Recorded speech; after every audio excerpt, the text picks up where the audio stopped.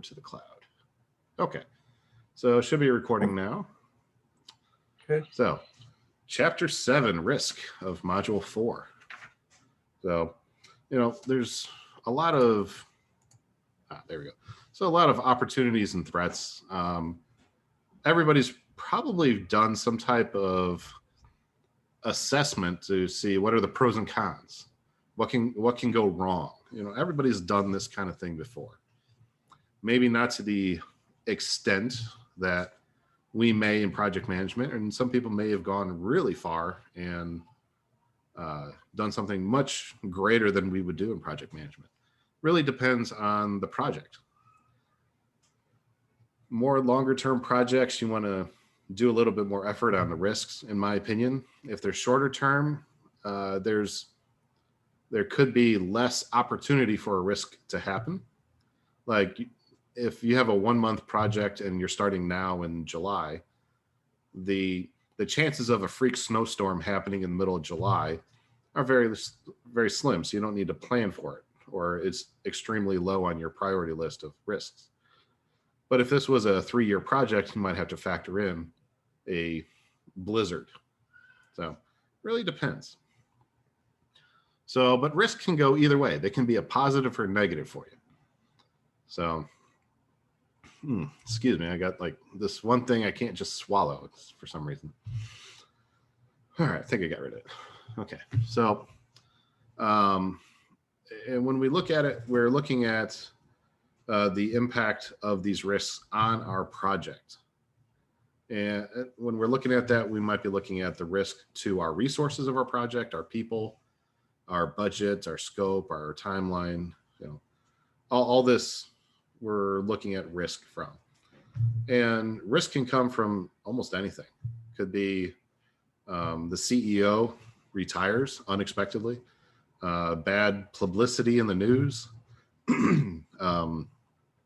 the threat of government intervention or regulation. It really depends on your industry. So I remember you said you're in the, you do some finance stuff. And so whenever let's say the Federal Reserve is saying, oh, we're going to raise interest rates, that might have an impact on a project you may be working on. Or if they say, oh, we're going to decrease our federal funds rate, that might have a positive impact. Now, it really depends on your industry. Like the finance industry may have nothing to do with quality control. So you really have to take a look at your project. All right. So, but we're really looking at the ones we can identify, the known, unknown risks. So these are the ones we can identify, but we just don't know what their impact is going to be on us. So we're going to probably set aside some money to deal with it or develop plans to deal with it. And the money we set aside, we'll call that contingency reserves. So they're to help us out. But then since we can't manage all our risk or identify all the risks, we have these unknown unknowns. So we have management reserves. So management keeps some money too, just in case. And that way they can cover it because it's just so, we didn't expect X, Y, Z to happen. Well, management can have some money set aside to help with those. Like, let's say a supplier who has been in business for 100 years suddenly files for bankruptcy. Well, they were in business for 100 years. They were financially solvent when you contracted with them for whatever it is. And now they're filing for bankruptcy. That's probably a management reserve thing, because who would have thought the company would have gone bankrupt? Probably no one would have even considered that as a possible risk to your project. But it does happen. Not as often, because usually companies that last that long have been doing something right. But it's needless to say, we can only plan for the risks that we know about. We can't make a plan for something we don't know about because we don't know how it's going to impact us. So we can't set up our way to get through that. at least until we've experienced it. So every company has its own attitude towards risk, just like investing in stocks and bonds and all that. They generally say for investing, the younger you are, the more able you're more willing, or I should say willing, you're more able to take more risk because you have more years to make back, let's say, a bad investment. And as you get older, you usually start moving your money or your investments towards bonds because people see bonds as one of the safest things. And then ultimately, if you live long enough, you'll probably move everything to cash because, or, like a CD, a certificate of deposit, or something of that nature, something extremely safe. Well, companies are kind of the same way. They're either risk adverse, so they run away from risk. They run towards risk because they see bigger risk, bigger rewards, or they're just kind of neutral. So this is, really depends on the leadership, your executive teams, the company strategy. Some CEOs want to come in, like when they're first come into a company, they want to shake things up. Well, that's kind of risky, but it could work out for the best for the people, for the company. So, I mean, you'll have to think about your company, and maybe you can think of some projects they've done where they've taken a risk, like adopting a new technology that no one has ever used before, or very few people have used. Or maybe it's a technology you're trying to adapt to your use that it wasn't actually designed for, but it can be used for. That might be kind of risk seeking. Now, if you're risk adverse, you're probably using technology that might be 5 years old because it's reliable. The bugs have been worked out. Just kind of examples. And then, risk neutral is somewhere in between those. So how much risk would your organization be willing to take? So that's the attitude. We all have our own thing. Like probably most people take a little bit of risk speeding down the road. Could be a police officer ready to pull you over. But so is that neutral because everybody speeds and you're just one of many? Or are you going the speed limit because you don't want a ticket because you have too many points on your license already because you've been caught? So, that's kind of putting it personal, but what about your company? So each company also has an attitude towards risk, such as an appetite. They want the risk, they're willing to take it, or they're tolerant of risk. They understand there's risk out there, but they try to balance it. But then there's that risk threshold that they generally won't pass. Or if they pass that threshold, they want extra safeguards. So it comes down to the your company's attitudes, maybe a cultural attitude. If you're working with different countries. So I mean, in one of the bullets point, the U.S., UK, Australia, and India tend to be risk-seeking, given risk versus reward. They do more trusting in their relationship building. But there's others that are more risk adverse. Like Japan, they like to use team level consensus building, like to get everybody's opinion instead of one person making that decision and they moving forward. So it could be just, if you're a multinational company, you might have to factor this a little bit based on the cultures of the people on your team. So yeah, so this might be a little bit harder to figure out for your company because you're probably used to it if you worked for the company for a while. So it's hard to figure out where the appetite is, or the tolerance, or that risk threshold is. So you follow me so far, Derek? Yep. All right, cool. All right. So project risk management. So we have several processes under the, on this, but they're all in the middle again. like the last several that we've been working with. Planning, executing, and monitoring and controlling. So all these are to increase the likelihood of positive events and to decrease the negative ones, or the possibility of a negative one affecting our project. You know, we want all the benefits, but we don't want to take those negatives. You know, who does, right? So the knowledge area of project risk management, you know, we have plan risk management under planning, identify risks, perform qualitative analysis, then perform quantitative analysis. So we're using numbers, plan risk responses. So we have our data, we're trying to figure out how are we going to respond to those risks. Executing, so when those risks happen, we have a plan, so we're going to implement those risks responses. And then we're always going to be monitoring and controlling, so we're monitoring our risks, seeing when they're going to happen. Sometimes we'll see something going in that direction and we might be able to correct it before it gets to the point where it has a positive or a negative effect on us because we're monitoring. Now, can't always catch them, but we do catch some of them. So on agile and hybrid projects, this is a little bit trickier because of the nature of agile. You know, agile being 2 weeks at a time, quick, you know, the customers involved, things are changing. So some risks are increased, but they might be mitigated because you have that communication with your risk. But so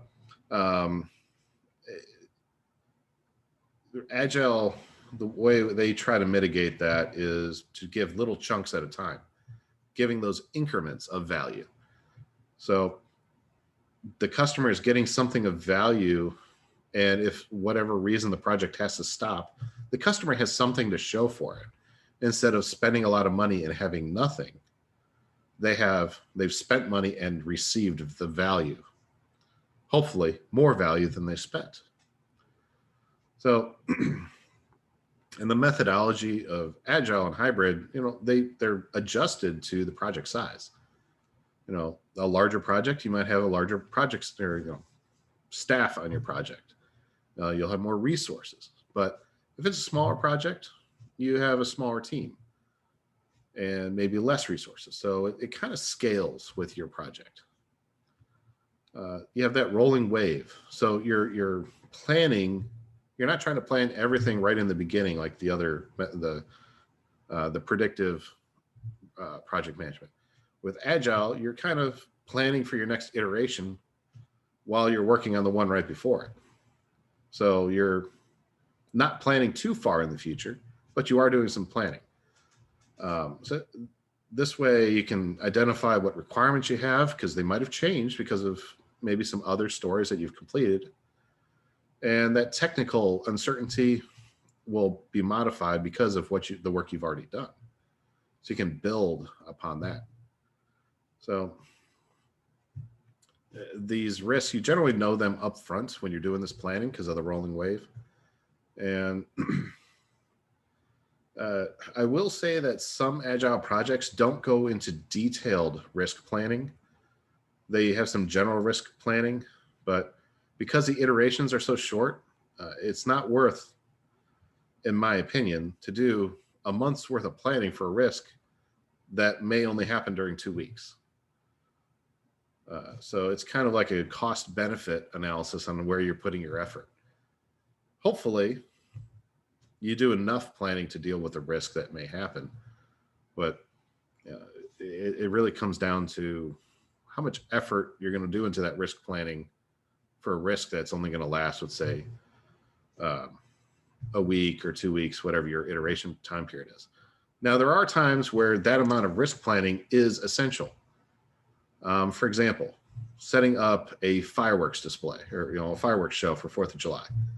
There's a lot of safety planning, risk planning, and all that going into it before the 20 minutes of fireworks going off. It could be a month's worth of planning for a 20-minute show. Same thing with a concert or any other large event. Let's say a county fair. These events have a lot of planning for the risk side of it, because there could be the cost of human life. Money's one thing. money technically costs nothing, but the value of a human life. So you might have to consider that in with your risk planning on what the impacts are, the severity of the risk if it happens. Having that cross-functional team allows that knowledge sharing. So you might have somebody who knows, oh, well, that risk, that's nothing. But as a project manager, you might not know about that risk or how to deal with it. But if you have someone on your team that knows about that, they can share that knowledge. And what you thought was a big risk, it's actually a small risk.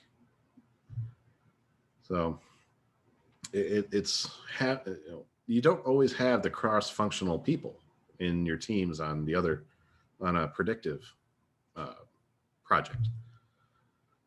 So iteration planning. So, we're doing it, we're planning by iteration. We're not trying to plan the entire project. So it's simpler, I'd say. And by being the iteration, you might have done some risk planning for the first iteration that now you can copy and put into the 5th iteration, and you don't have to redo the work for that planning. So daily stand-up meetings, or however frequent your stand-up meetings are, there's blockers. People can talk about these risks right there and get them resolved. Because you're having these daily meetings. There might be somebody who knows the best way to do it on how to resolve it, or you can talk to your customer or the product owner, I should say. Could be something like, oh, well, don't worry about that. Could be something like that.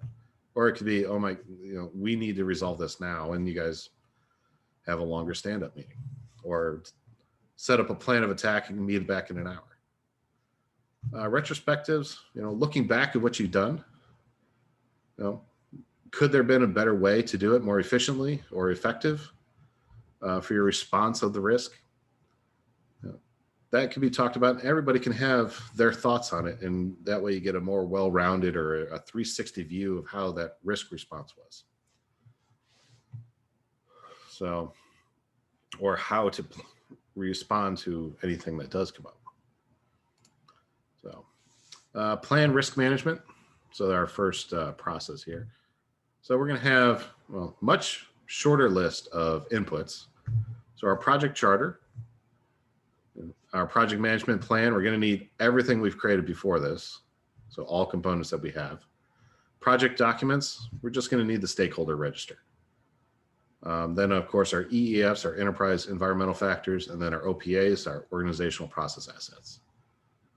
And tools and techniques, rather simple: expert judgment, data analysis, and our stakeholder analysis, and meetings. And we just have one output, which is just the risk management plan, which of course will get incorporated into the project management plan.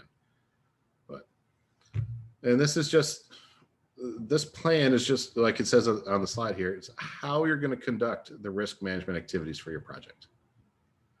So when a risk is identified, what happens? How are you going to call a meeting within 30 minutes of happening? Are you going to have a meeting that day? Who's going to be notified? That kind of stuff. So it can be as detailed or not as detailed as is needed for your projects.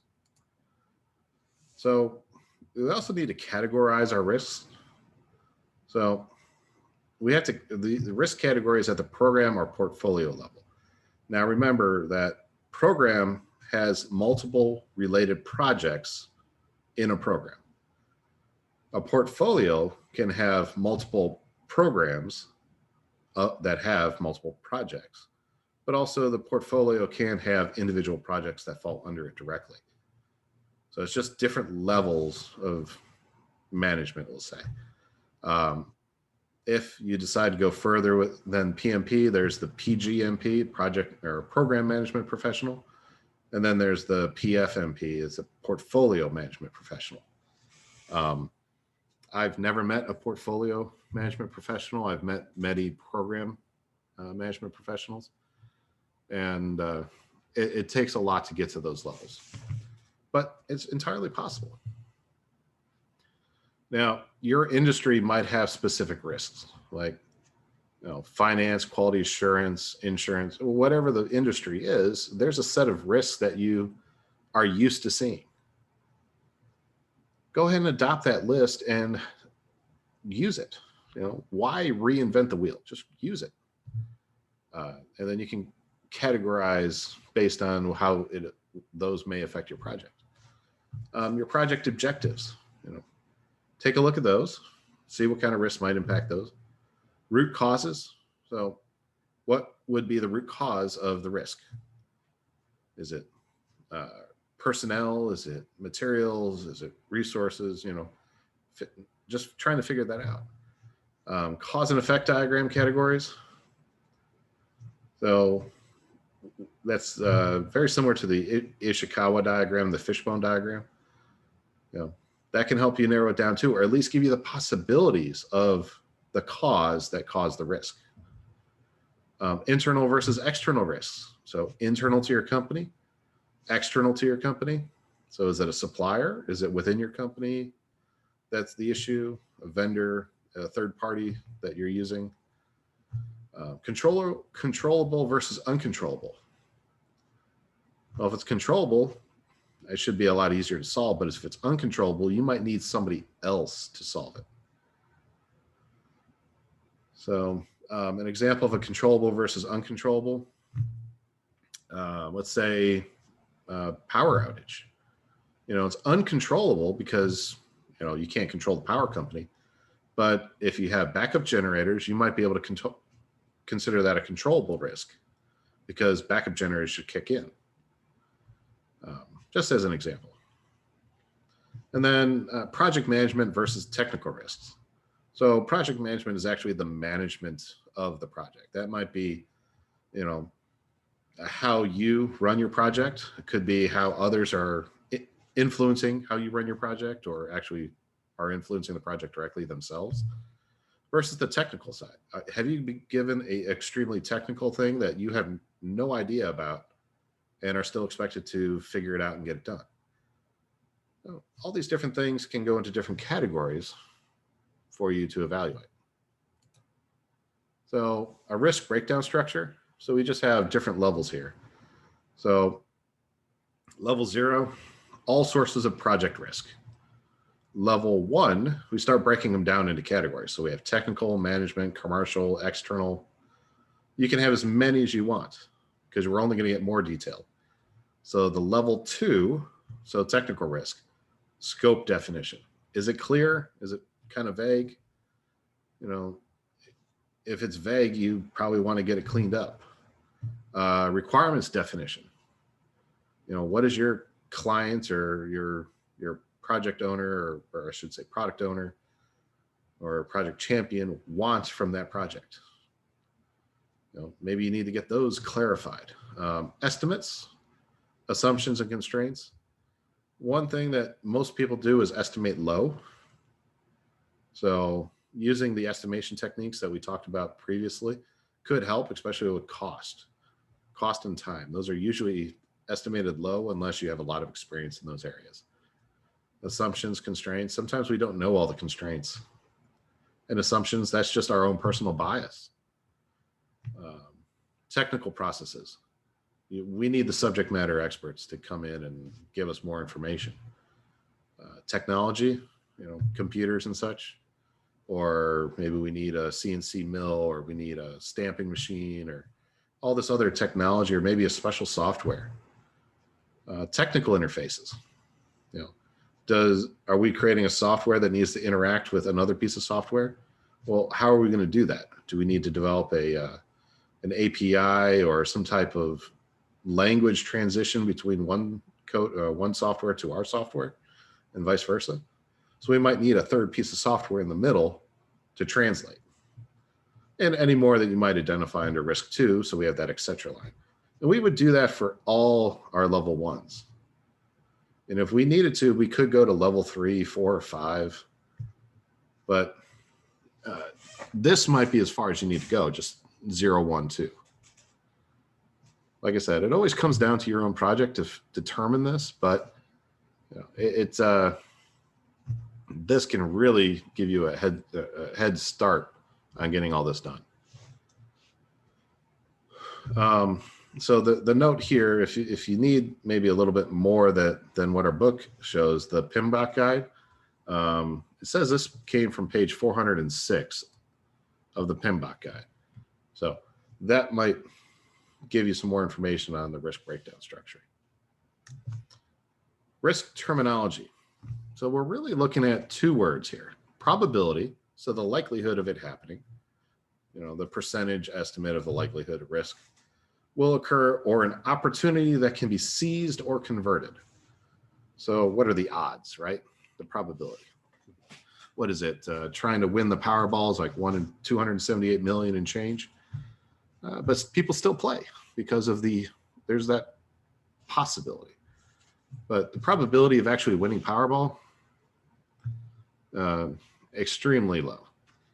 But the risk impact, if they win, receiving millions of dollars.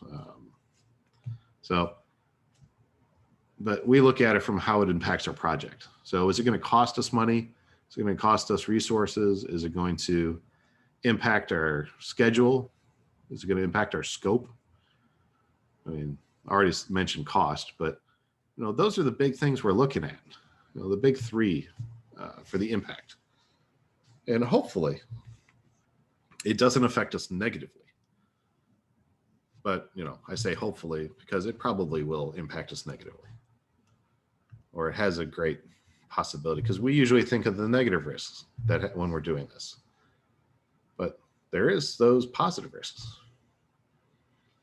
So, yeah, probability and risk impact. Those are the big terminology we're using. So we can put them into a matrix like this. So probability from top to bottom, very high to very low. And then impact, moving from the center outward, the impact is in the center is very high, all the way to the outside, which would be low. So we have our risks or threats and our opportunities. So if you've ever done one of those SWOT analysis, SWOT, we're looking at the O and the T, the opportunities and the threats. And, here, they got some, they threw some numbers in. I'm not sure where they got the numbers, but you can look at it and, these can be adjusted to your company. But you can see, the dark gray is avoid, transfer, or mitigate those risks. Or the middle gray, or I should just say gray, use expert judgment, and the white boxes are accept the risk. And if you look at the accept ones, 5%, 4%, they're low percentages of the possibility or probability of them happening. But on the opportunities side, it's the opposite. So instead of avoiding risk, we're going to exploit the opportunities. Exploit, enhance, or share. So when we get into that middle gray, expert judgment, use our expert judgment on how we deal with those opportunities. And the white ones, the white boxes, we accept those opportunities. Probably we don't need to do anything. We just accept that it happened. So, yeah. So, yeah, this is a pretty good chart to kind of see where things land. And hopefully this can maybe guide you in trying to determine how much to prepare for a risk or how much to prepare for an opportunity based on its probability and its impact it will have on your project. Risk management plan. So this is the output of this process. So we're going to have our risk strategy. How are we going to strategize our risk? Methodology. What method are we going to use? Roles and responsibilities. It's everybody's responsibility to speak up when a risk happens, right? Well, put it in writing. Whose role is it to take action on what's been identified, such as calling for a meeting or having the, let's say, authority to stop work until that risk is mitigated. If it's a safety issue, everybody should have the ability to stop the work, because life safety or, human life is more valuable than, staying on schedule. Funding, how are you going to pay for these risks or if they come up? The timing. So if a risk is identified, do you try your best to handle it within an hour or within a day or within a week? The shorter your project, probably the shorter the time will be that you plan to deal with it. Risk categories, stakeholders' risk and appetite. Are your stakeholders accepting of risk, the possibility of risk happening, and do they want you to take those risks, or are they going to kind of push back? They're more risk adverse. So the definitions of probability and impact, of risk, probability and impact, that probability matrix that we just had on the last slide. And of course, we need to keep track of our risks that happen. So how do they get reported, like logged, and then track what we did to solve it? That could help us later when we do a lessons learned or a retrospective or just some type of review on all these risks and say, well, how could we have done this better? Well, this is what we did, and maybe we should have done this. The next project manager, or maybe if you come across that risk again, can take a look and see what you did and maybe have a better response because of this documentation. Okay, so identifying risks on agile and hybrid projects. So because the nature of agile is essentially kind of like stair steps, whether you're climbing up or down, you make at the end of your iteration, you're going to have a jump in progress or a decrease in the number of stories you have left. Then you're going to run for another iteration. Then you'll have a jump or decrease depending on how your chart is. So you can say that's your life cycle. But we might have the same risks that happen because of the nature of that iteration. So when an iteration starts, one risk is somebody doesn't understand what you're doing during that iteration. Well, that risk is going to repeat every single time because there's a possibility that someone doesn't understand. So how to adjust, how to go with that. People conflict risks. So people not getting along, the forming, storming, norming, performing phases of a team. When you add people or take people away, that's going to impact the team dynamics. Then requirements uncertainty. You have the customer there, but the customer may not know exactly what they want until they're 2 or 3 iterations in. And then, of course, the technical uncertainty, because let's just assume software is being made. It might be a brand new software. There really isn't anything they can, let's say, do a Google and say, oh, well, this is how we do this, or this is how this software works. So we're going to try to duplicate that. This might be brand new that no one knows how to do yet, so they have to figure it out. So trying to identify the risks when they're small is going to be more effective because you can nip them in the bud. You can correct it before it gets out of hand. So hopefully you do that. But if it's unfortunate that a risk gets too large, that might kill the iteration. And you might have to reassess that iteration based on the risk and then maybe try it again. Could be the customer didn't give you all the information, or maybe something else fell through. Maybe one of your key team members had a baby, so now they're on maternity leave, or whatever the case may be. Try to identify this beforehand. I mean, hopefully you already know that one of your team members is pregnant, is going to go on maternity leave, so you can plan for that. Although I've heard of stories where people didn't plan for that and it really bit them in the butt. All right, so identifying risks. So a lot of different inputs. Looking at it, it looks like we need everything from the project management plan, or most of it, I should say. Requirements management, schedule management, cost management, quality management, resource management, risk management, then there's scope, schedule, and cost baselines. Project documents are assumptions logs. cost estimates, duration estimates, issue log, lessons learned register, requirements documentation, resource requirements, stakeholder register again, agreements, procurement documentation, our EEFs and OPAs. So we have a lot of inputs. And then our tools and techniques. So what we're going to do, we're going to use all this on the inputs. Expert judgment, data gathering. So we're going to do some brainstorming, maybe some checklists, interviews, do some data analysis, root cause analysis, assumptions and constraints analysis, a SWOT analysis, strengths, weaknesses, opportunities, threats, document analysis. You're going to use some interpersonal and team skills, especially facilitation, prompt lists, and meetings. And finally, you'll come out with some outputs. So the risk register, all the risks that you've identified will be on this register. A risk report, project document updates. So you're going to update your assumption log, your issue log, and your lessons learned register. So a lot of stuff going on with just identifying risks.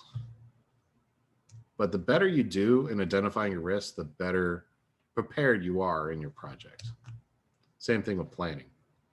But this risk register, like I mentioned, it's a living document. You're going to put down all the risks you've identified.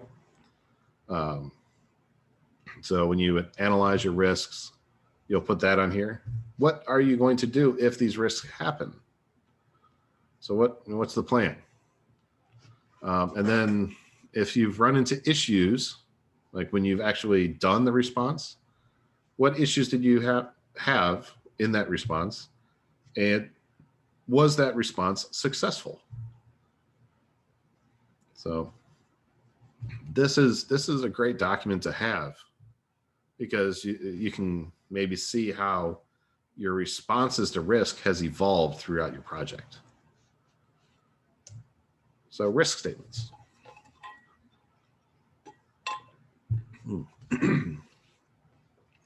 So risk statement, we're describing the critical information concerning the cause or the source of the risk, the risk event itself, and the effects that will follow if that event occurs. So we could say, describe the critical information concerning the risk or source of the risk. If we're in California right now, there's fires, huge fires that tend to happen every year. So the risk event itself might be, large forest fires, and that will cause evacuations of the area, and employees will not be allowed to the workplace until it's deemed safe by the local authorities. Well, that might be a problem if you can't get into the office, but what if people have to leave their homes too because of that? Now, do they have the ability to work off a laptop in a hotel or wherever they relocated to for safety reasons? So hopefully that kind of maybe gives you an idea of what a risk statement could look like. Ensure that all risks are clearly and consistently defined. So kind of use the same pattern when you're writing these statements. So they all describe that critical information. They all identify that risk event and the effects of that risk event if it occurs. Try to have them all the same way so you don't miss something. And by doing this, there might be a relationship among risks. So you might be able to group risks based on the potential response. Because maybe one response can handle 10% of the risks that you've identified. Well, you don't have to redo that effort for those 10%. You just do it once and you cover 10%. So hopefully that saves you time. So performing that qualitative analysis. So the qualitative, we're using non-numerical numbers. Quantitative is numeric, qualitative is just non-numeric. So, we want to essentially just analyze it. Take a look, see if we can find patterns. We can do all sorts of things. let's see here. I must have skipped this slide when I was preparing, but if we see a common theme, maybe that will help us when we're doing the qualitative analysis. We might see a common theme, which we can then use our expert judgments to go ahead and identify how we're going to react to that. So, but inputs for the perform qualitative analysis, we'll need our risk management plan from our project management plan. Then we're going to need 3 project documents: our assumption log, risk register, and stakeholder register. Then, of course, we need our enterprise and environmental factors and our organizational process assets. Tools and techniques, we're going to use our expert judgments, because we're the experts, right? Bring in who you need to whenever it says expert judgment, because until you are confident in that, always ask for that help. I do. Data gathering, interviews. If you're, let's say, your company is in California and it's in that area of the fire area, maybe you sit down with the county's emergency management and ask them questions about how do they, or what their plan is for a fire. At what point do they say it's optional to evacuate? At what point do they say it's required to evacuate? How long until the fire passes will they then let people back in? And you can ask these kind of questions, and that might lead you to help develop your plan for these risks. Data analysis, so our risk data quality assessment, risk probability and impact assessment of other risk parameters. We're going to use facilitation skills, risk categorization, data representation, so our probability and impact matrix, and meetings. Everybody's favorite thing, meetings. Outputs, project document updates. So we're going to update our assumption log, issue log, risk register, and risk report.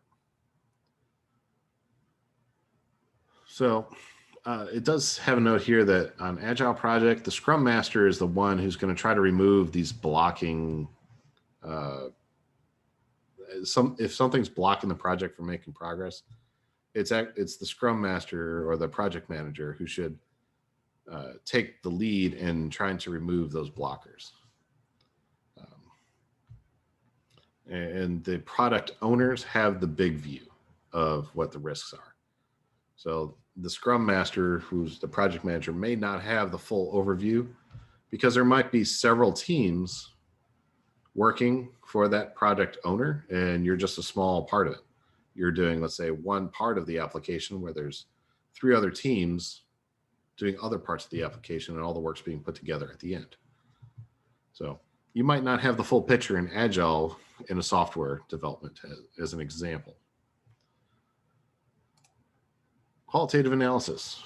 So once you've identified your risks, what do you do next?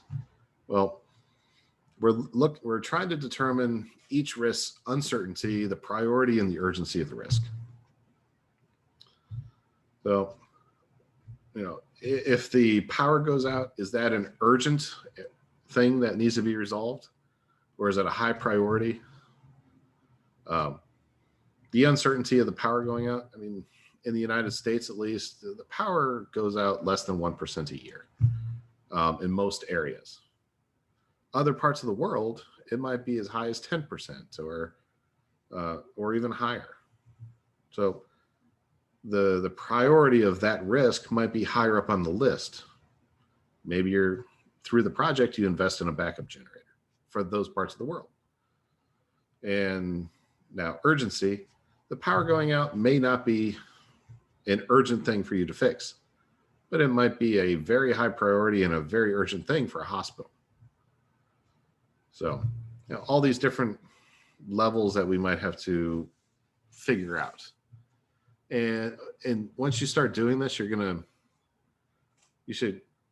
first few you do, you might not have a standard going on in your head, but after you do a few, you'll develop like an internal standard. So I recommend going back to the first ones that you did to reevaluate those to see if they follow that standard you've kind of established for yourself. You know, what is a high priority? What is a low priority? What is medium? What is extremely urgent or what is not urgent? You know, your definition for these levels will change in your own head. There are charts that you can make for this. So it could be as simple as just following a chart. Hopefully it is. So project risk evaluators. So not all risks are created equal, right? Some are more likely to happen than others.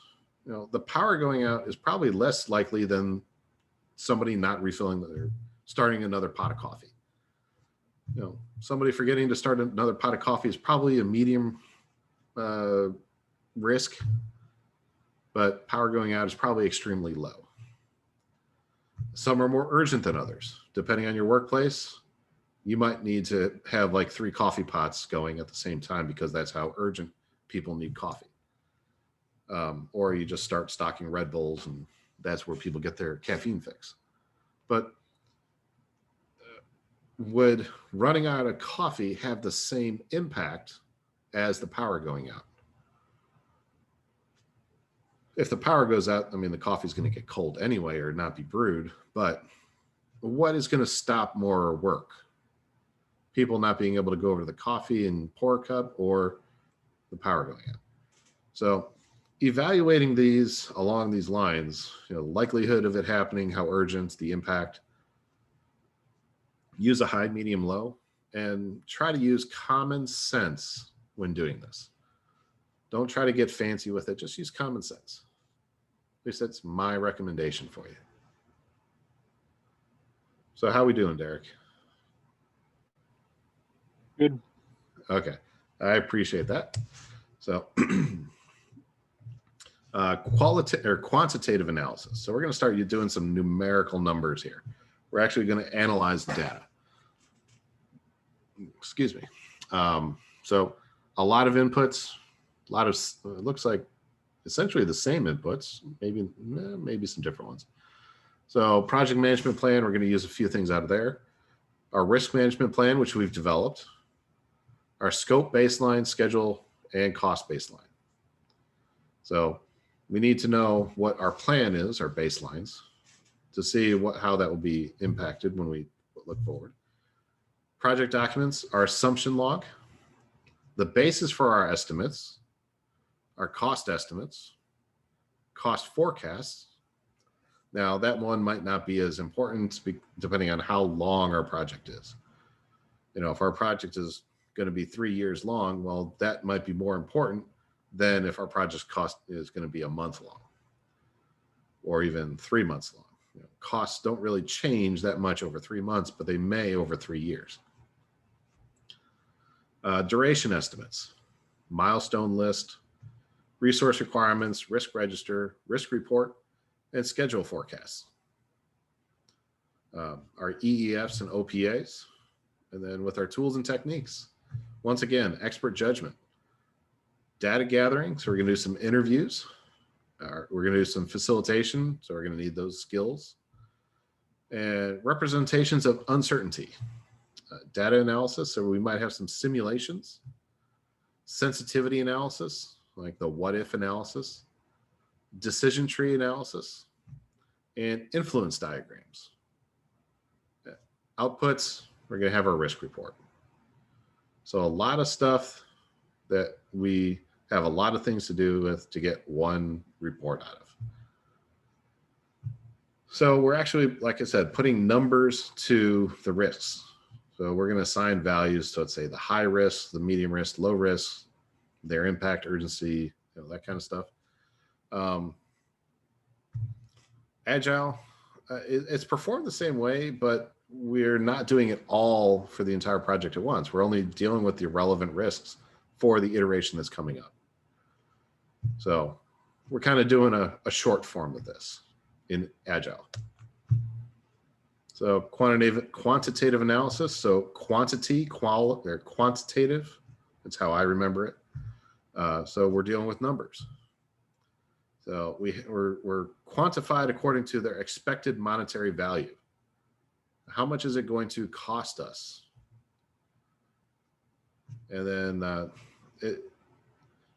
we can reduce the uncertainty through better decision making.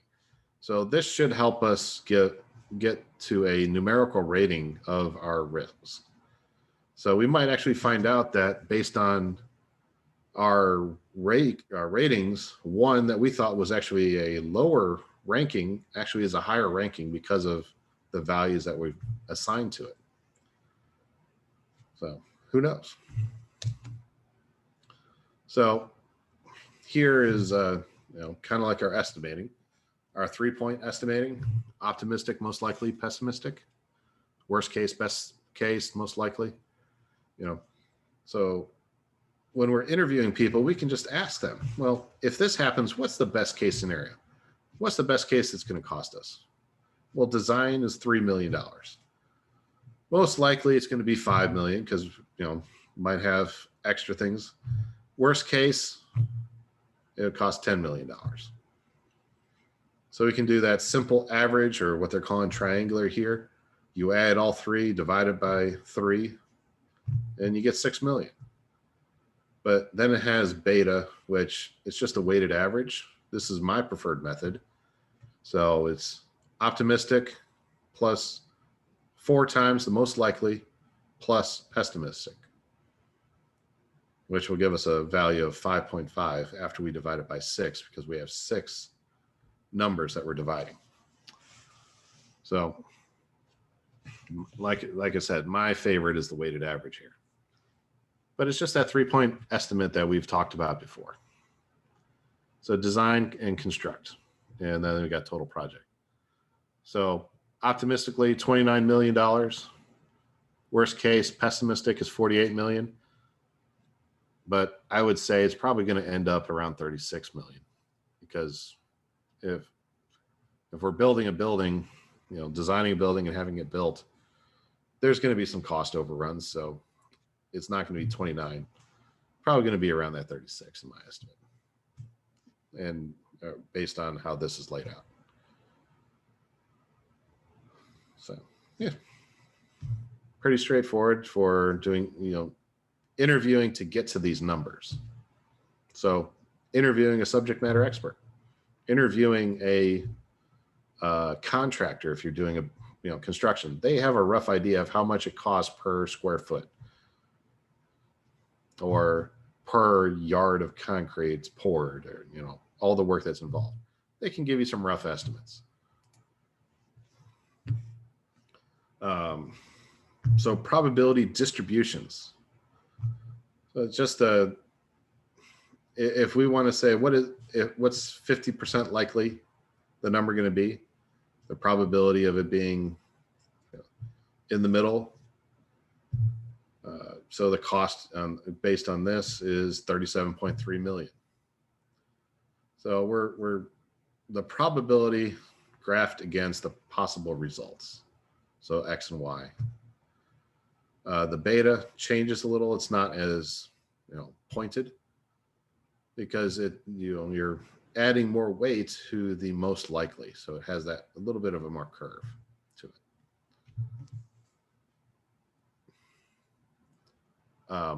I've never graphed probability like this when I do projects. So, but you may do it. But I just never have. So quantitative risk analysis and modeling. So another formula here, expected money value. So this is to figure out how much a risk is likely to cost you based on whatever factors you have. So principal method for quantifying risk in a project. So we have expected money value equals probability times its impact. So we just have a little word problem here. A risk with 30% chance of occurring that could increase the budgeted cost by $100,000 and a corresponding opportunity with the 70% chance of decreasing budgeted costs by 400,000. So basically we're taking both and seeing the difference between the two. So we're doing the expected money value for risk. So we have 30% times it costing us 100,000. So that's why it says it has a minus there. So 30% of 100,000 is 30,000, bringing that negative since it was the negative 100,000. So it's minus $30,000. Opportunity. So there was a 70% chance that happened. So 0.7 times 400,000 comes up with 280,000. So your net, or the difference between the two. So you have negative 30,000 plus 280,000. So you have a $250,000 opportunity there. So hopefully, it's in that rate, you'll have a benefit there. But that's your expected monetary value if that risk happens. So yeah.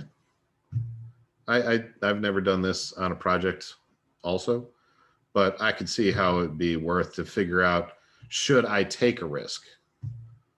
There's 30% chance of failing and costing me money, or a 70% chance of it being successful. So it's one way to help figure things out.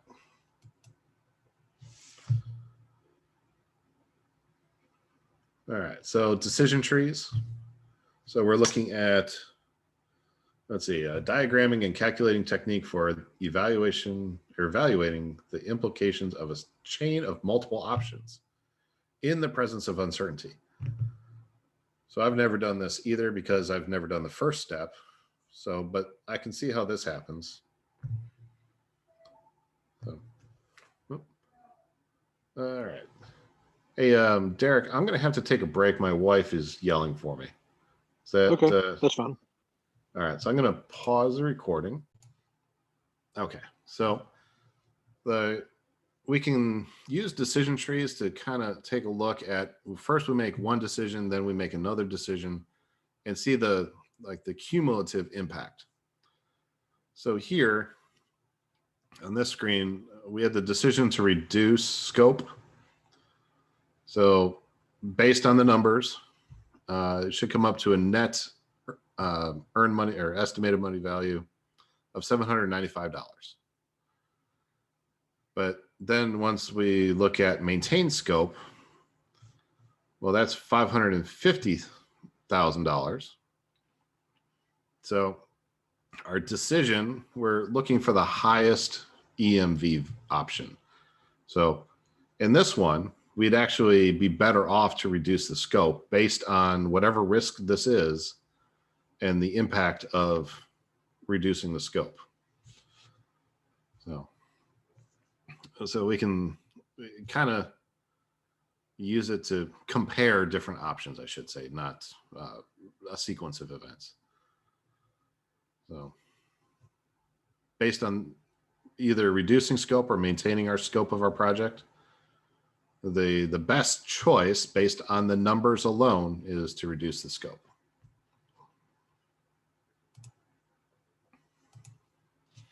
So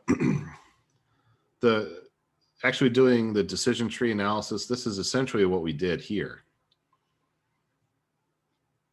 And it's just, this might be a little easier for some people to understand, but it also can be more confusing because of the way they did it. So the decision to reduce or maintain scope. So reduce scope, we'd have to lose $10,000 or maintain the scope of losing $1 million. If we reduce scope, there's a 10% chance that it will be our pessimistic option. And our optimistic option is a 90% chance. So we'd have a positive $1 million versus a negative 50,000. So what we're doing here, let me get my laser pointer out, is we're just, adding together. So negative 100,000 plus negative 50,000 equals 150,000 negative. And the same thing here, 100,000 plus a million, 900,000. And I'm trying to figure out what's going on here. Or wait, oh, they threw in the percentages. So 10% of 150,000 is 15,000. 90% of 900,000 is 810. Add those two together, we have this 795. So hopefully that's not any more confusing. We did the same thing on the bottom and it comes up to 550. So the decision would be to go with the higher value. So 795. Can you flip back to the previous slide real quick? Yeah.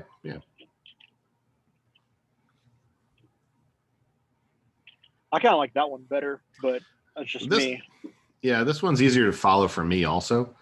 But if I was scribbling on a piece of paper, I probably would be doing the second. Oh, yeah, definitely. Now, if I was typing it, yes, it'd be a nice Excel format, looking pretty. But yeah, I mean, hand scratching on a piece of paper, I'd probably do something similar to this, or something that will probably look just as bad to me this way. Some people, they like this way. It's the same thing. It's just a different graphical format. That's all. So yeah. But this one's a little bit harder to follow for me, just looking at it. But yeah. Let's see, discussion question. Oh, go ahead. Last one's for the board packet, for the board fluff. Yeah. But if I mean, like for executives to justify the reason, I'd probably give them this nice pretty one. If I was going up and to justify myself to the executives, this one probably would work for in a meeting with my own people or whatnot. So, yeah. Discussion question. So you're managing a facility renovation project. There's an 80% chance that supplier availability will cause a 2-day delay costing $9,000. There's also a 30% chance that the price of the building materials will drop, which could save you $15,000. What is the project's earned money value or estimated monetary value? So we want to take a look at our risks. So we're going to take that. All right. Do you want to explain it, Derek, or should I just go ahead and do it? Go for it. Okay. All right. So if you remember back to that one slide where they had the EVM risk and then the EVM opportunity, well, it's the same thing here. So we're going to the EV or EMV risk. So we had that 80%, that 0.8 times the negative $9,000, because that's the cost of that delay. So that'd be, 80% of $9,000 is $7,200. It's bring that negative with it. The opportunity, there's a 30% chance of that opportunity happening, which could save us $15,000. So 30% of 15,000 is $4,500. So negative $7,200 plus $4,500, we're still negative $2,700. So that's our net, which would be our answer of B. Does that make sense? Yep. All right, cool. All right, quantitative risk analysis and modeling. So I'll just be honest, I've never done this one either, although I have seen tornado diagrams. I just never thought of them as a tornado, but we're looking at one variable at a time to see what risks, how that one variable impacts the rest of the risks that we have. So when we change one, how does that impact several things? And you can see here that it looks like risk 5.7, duplication tests may not be required, is actually down to -0.2. But activity B12.3, manufacturing reactors, it's, it's above, well, looks like 40% if the numbers lined up correctly, or 0.4. So, I'm not sure what the risk is that they're evaluating on this chart, but whatever it is, it looks like the risk has a positive correlation with the project's duration. So at least that, the bottom of the chart says correlation with project duration. So positive means it's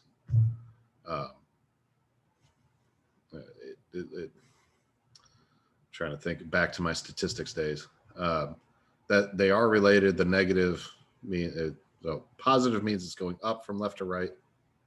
Negative means it's going down from left to right when you're looking at a chart, if you were to imagine a line chart. So yeah, it doesn't say what the risk was, but apparently that's the impact it has on those activities and other risks.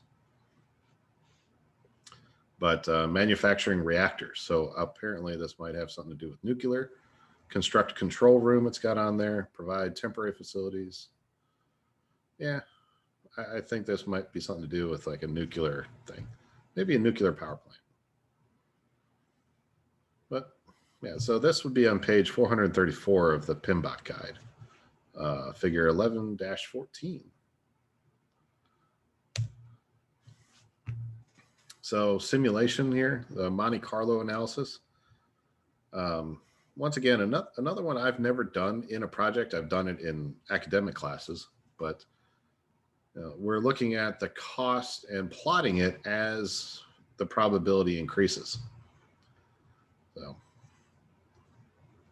So if we were optimistic, $29 million, probability of it being optimistic would be 0. But at 25% optimistic or 25% probability, it will be $36.33 million.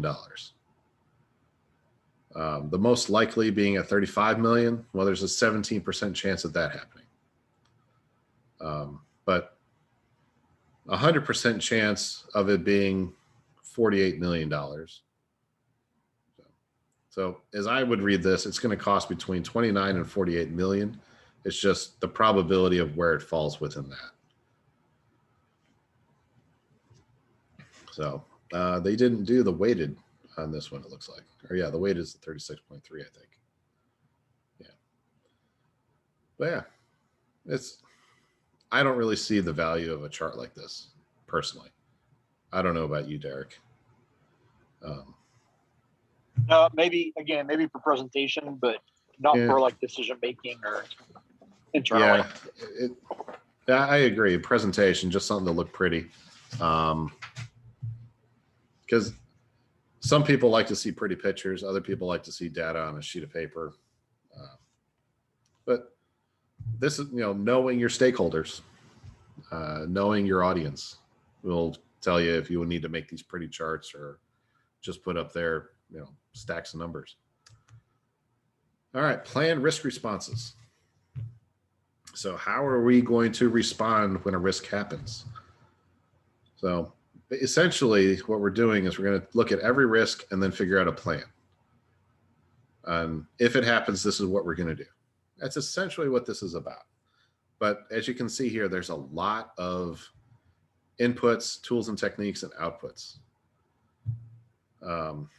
So project management plan, we have that resource management plan, risk management plan, and the cost baseline. We have several project documents that we'll need, the lessons learned register, project schedule, project team assignments, resource calendars, risk register, risk report, stakeholders register. And then of course our EEFs and OPAs, which is usually an input on all of it. Tools and techniques. So expert judgment, either ours or we bring in experts. Data gathering. So we're gonna do some interviews, maybe ask questions of people who've actually experienced these risks before. They could be a great source of information. Facilitating, you're going to need those skills. Strategies for threats, strategies for opportunities, contingent response strategies, strategies for overall project risk, data analysis. So our alternatives, our alternative analysis, what are our different options? Which one's better? Cost benefit analysis and decision making. So multi-criteria decision analysis. And once we play with all that, we'll have some outputs. So we have change requests, project management plan updates. So we might have to update our schedule management, our cost management, quality management, resource management, procurement management plans. And we might have to update our scope, schedule, or cost baselines. And our project documents might need to update the assumptions log, cost forecast, lessons learned register, project schedule, project team assignments, risk register or risk report, or our risk report. So a lot of things are happening in this plan the risk response. So some possible vital components to your risk responses: agreement and funding. Who's going to pay for the response to this risk? And where, who's paying for it? And does we need the agreement in writing? Who approves the funding? All this kind of stuff. Is it coming out of contingency, which the project manager might control, or is it coming out of management reserves? Is it a separate money? Like for example, when I was in the military, when there was a hurricane that happened, because I was stationed in North Carolina, if there was damage caused by a hurricane, the money came from a different source. Instead of the unit funds or the base funds, it came from some out of FEMA, same out of Homeland Security. It came out of different money pots to do repairs. But those agreements and knowing that that funding's out there is sometimes tricky to figure out. Who's in charge of that risk response? So if the risk response is in a certain area, you can say, John, you're in charge of any risk that is in this area of the project. And whatever that area should be something maybe John is an expert at, because he'll probably know the best way to resolve those kind of things. So identify a specific person, and if you need to, a backup person. That way, no one's scrambling around trying to figure out who needs to do what. They know you can open the book, or that person knows they need to do something. So cost benefit analysis. What are the benefits of enacting that response? Is it cost effective? When we compare it to, are we spending $1 million to fix a $10 item? Well, why don't we just buy a new one maybe for $20? Or is it we're spending $1 million to save 10 million? It really depends on what's going on. So we need to make sure that it's cost effective given the nature of that risk, and make sure it's within our project constraints. Other documented options. So these could be alternative responses, maybe backup plans. You might even have a backup to the backup plan, plan C, D, E, F, G, whatever, based on certain things. If it happens at night, this is the plan for this risk happening between the hours of midnight and 5 a.m. Or, if it's during daytime working hours, this is the plan. There could be different plans based on that. One thing that pops into mind is if you're like at a chemical plant and you have 2 shifts and maybe just security guards at night, you know, the security guards probably don't need to go in and make sure everybody's out of the building. They just call the fire department. But if it's during the day, you might have individuals in each work section making sure that there's no one in the work section when there's an evacuation. So just as an example, now, if depending on your project and what you're doing, there might be additional cost or lost time or that kind of thing, and how to deal with that. So some response strategies for threats that we can kind of throw them into these 5 categories. Escalate it. You know, this is above our level of authority, so we need to send it up to a higher level as a project manager. Or, you know, your team, whoever's responsible, it's higher than their authority level, so they're kicking it up to you. You know, they're elevating that risk to the next authority. Avoid, you know, you try to change the plan, and hopefully that eliminates the threat. Or you maybe just isolate those objectives or change an objective because of that threat. You know, this one, it happens, but most people avoid it because of the, you know, you're kind of giving up on an objective of your project. Sometimes you can transfer this threat. You know, we do that with insurance, you know, car insurance. We transfer that financial threat of car repair or injuries or whatnot onto an insurer and just pay a deductible. So we don't have to pay thousands of dollars individually. We just say, well, we'll pay you X number of dollars a month or yearly or semi-annually, whatever. And if anything does happen, we'll pay an extra fee, 500,000, 100, whatever the deductible is, to have that security. Hopefully we never need it, but it's good to transfer that risk onto somebody else because somebody else is financially liable. Mitigation. So we're going to do what we can to reduce the possibility or probability of it happening. So this is where we can identify the risk early. We might be able to change some things to reduce it, or maybe even get rid of it if we're lucky enough. So that's why it says respond early before it becomes an issue to get the best effect. Or we can just accept the risk because there's nothing we can do about it, or it has a low risk rating. And you know, if there's no cost-effective response, you know, we just accept it. You know, it's a part of life, you know, like death and taxes, you know, 2 things that are certain in life. But we try to mitigate our taxes. We try to mitigate death by keeping healthy and so on and so forth. But eventually we have to accept it.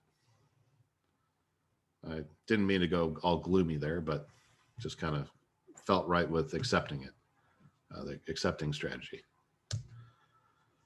All right.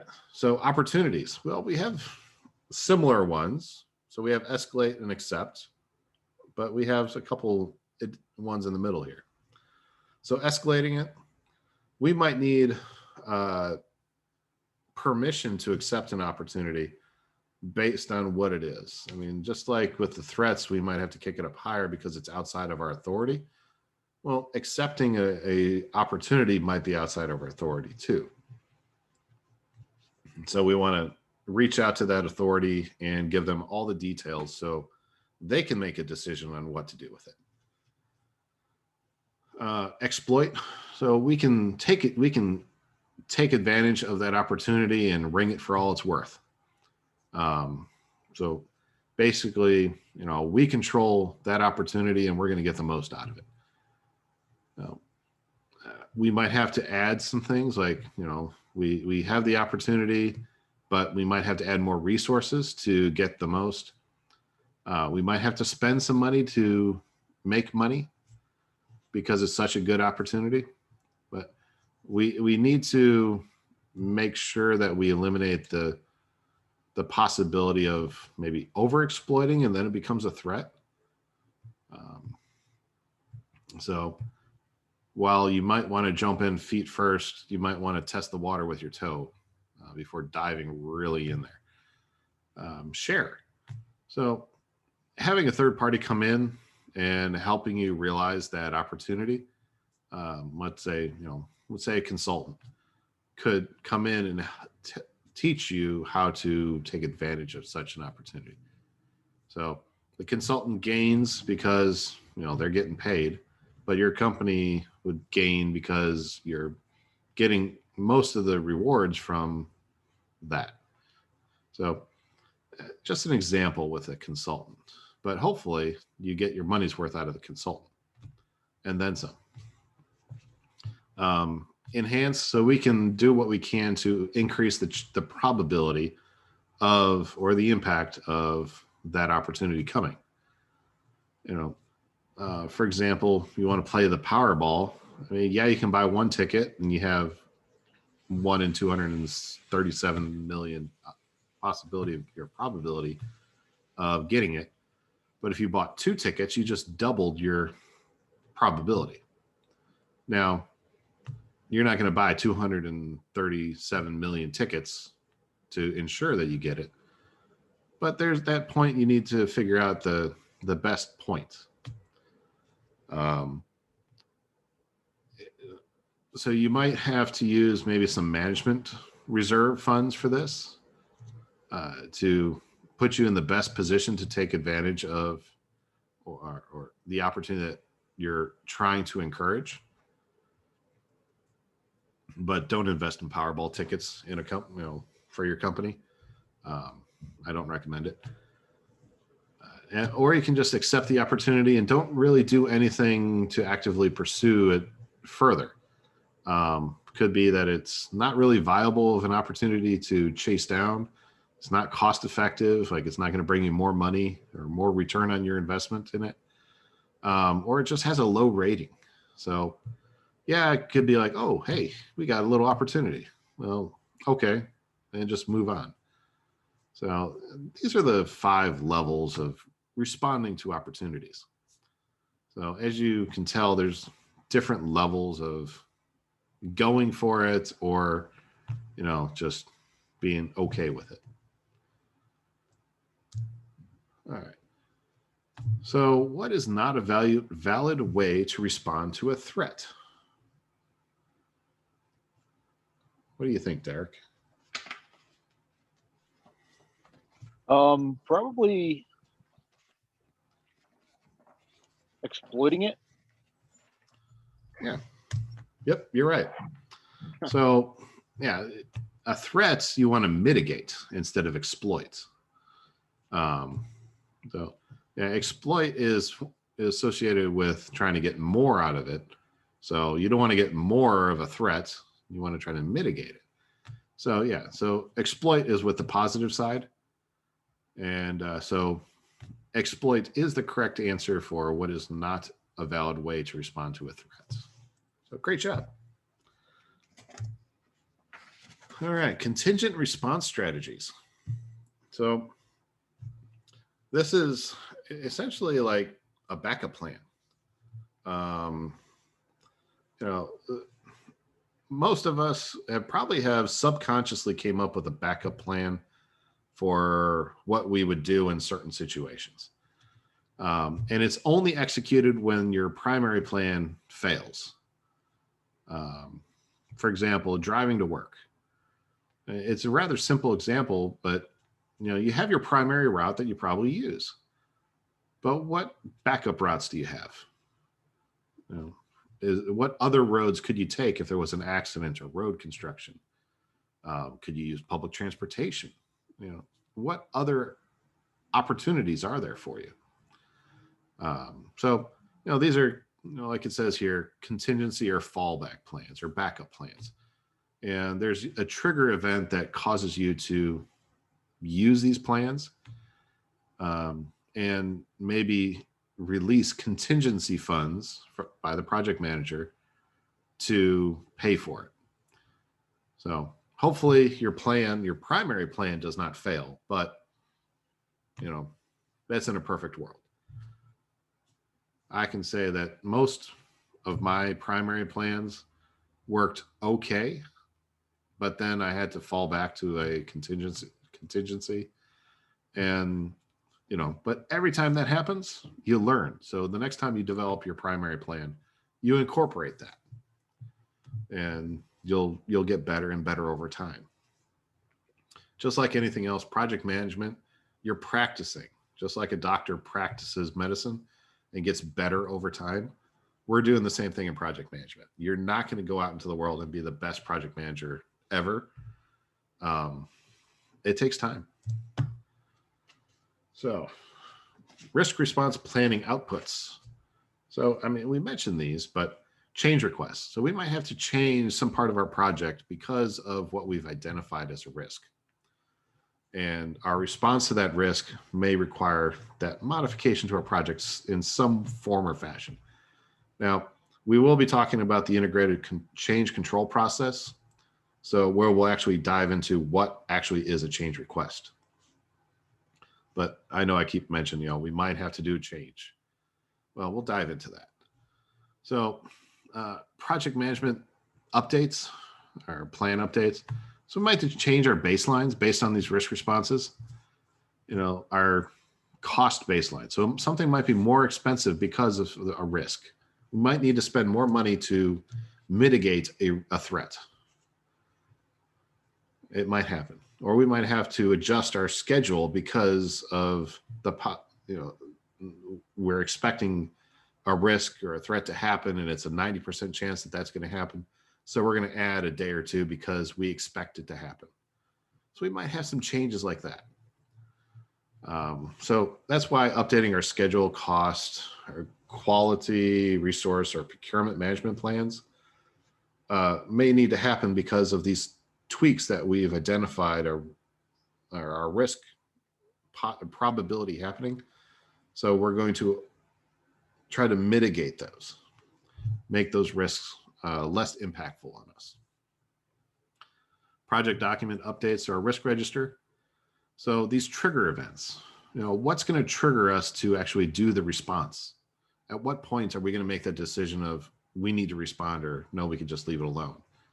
Or do we take corrective action before it gets to a major trigger point?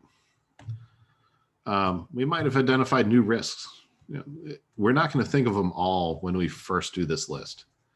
We'll come up with other ones because there'll be secondary risks or residual risks. So we're going to constantly update this thing.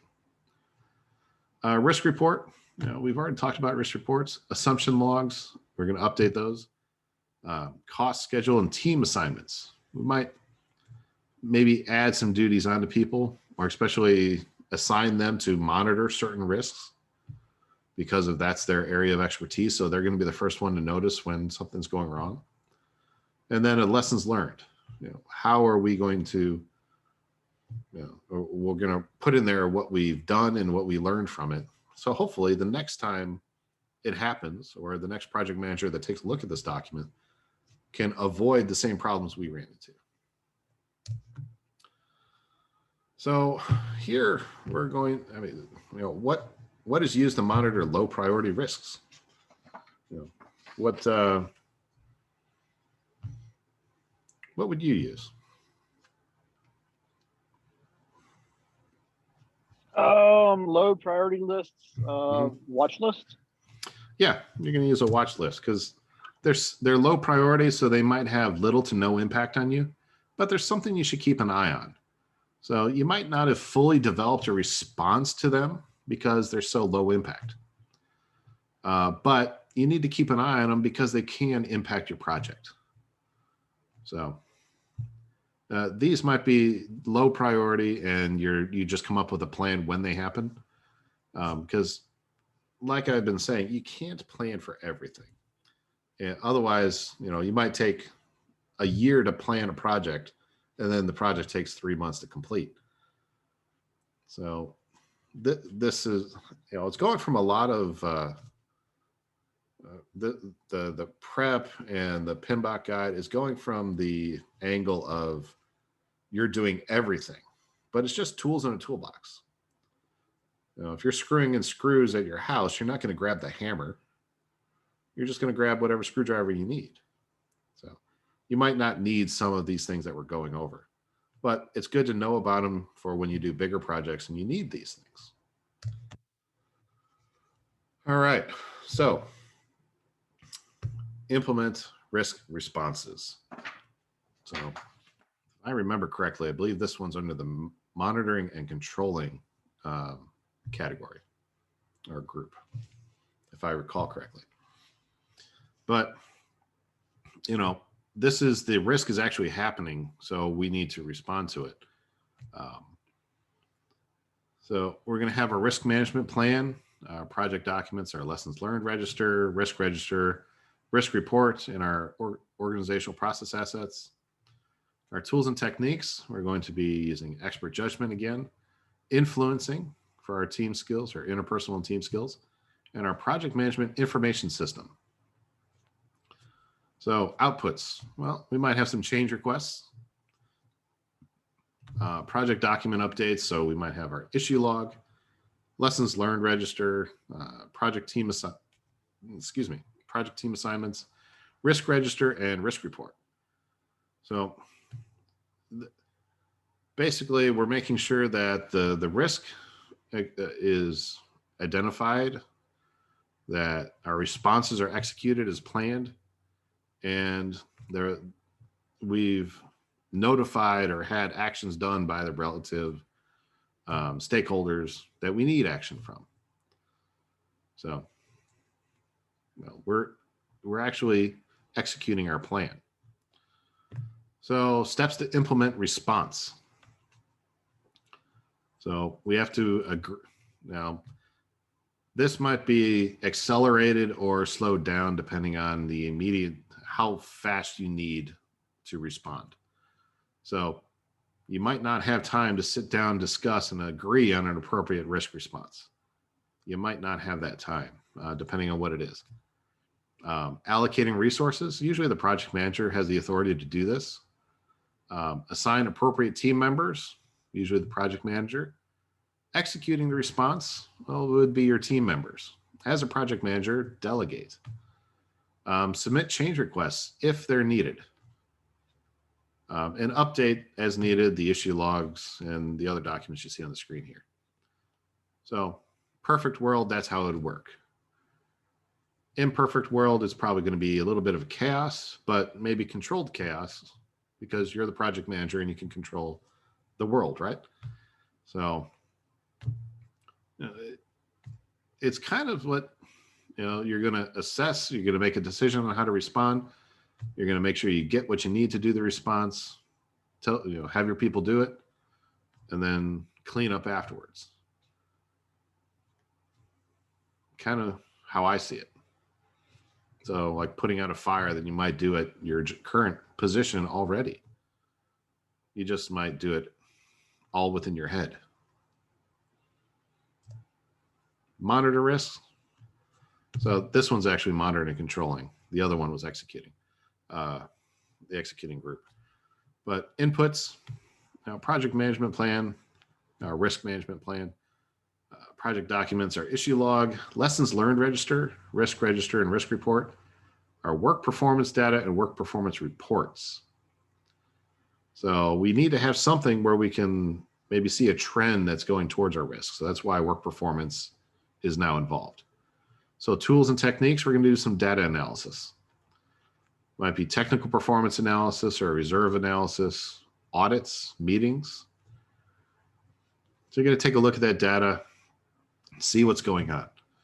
And then outputs. So we're going to have work performance information.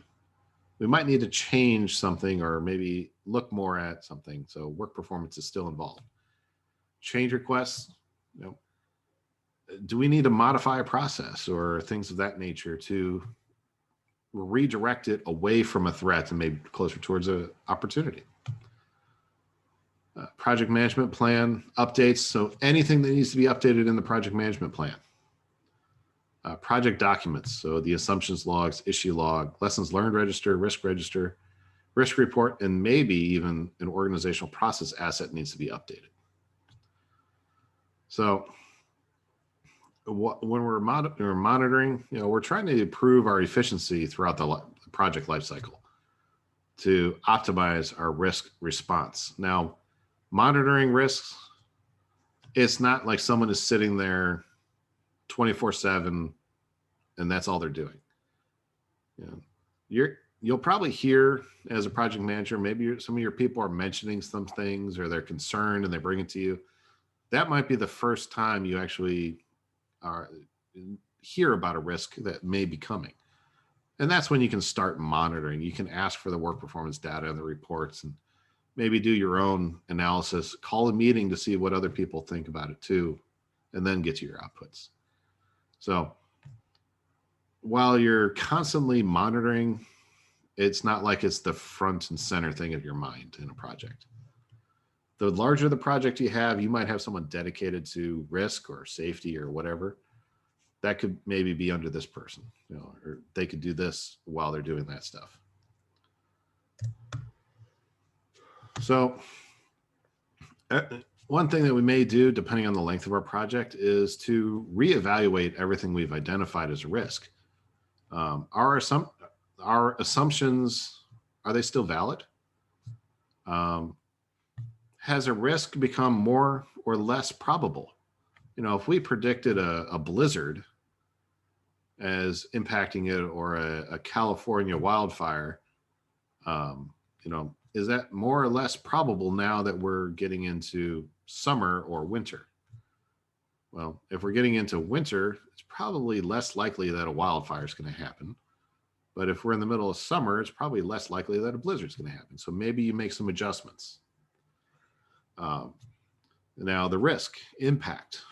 So your company headquarters moved and now you're outside of the normal wildfire areas of California. Well, maybe that risk has now become low instead of high because of the impact.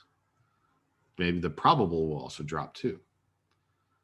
Can any of the risks be retired? Like, are they just not valid anymore for the project? Do any new risks need to be added? It could be just you're taking a shower, you're driving to work, and all of a sudden a new risk pops into your head because you've been subconsciously thinking about it. Maybe you should evaluate it, see where it should be on your list.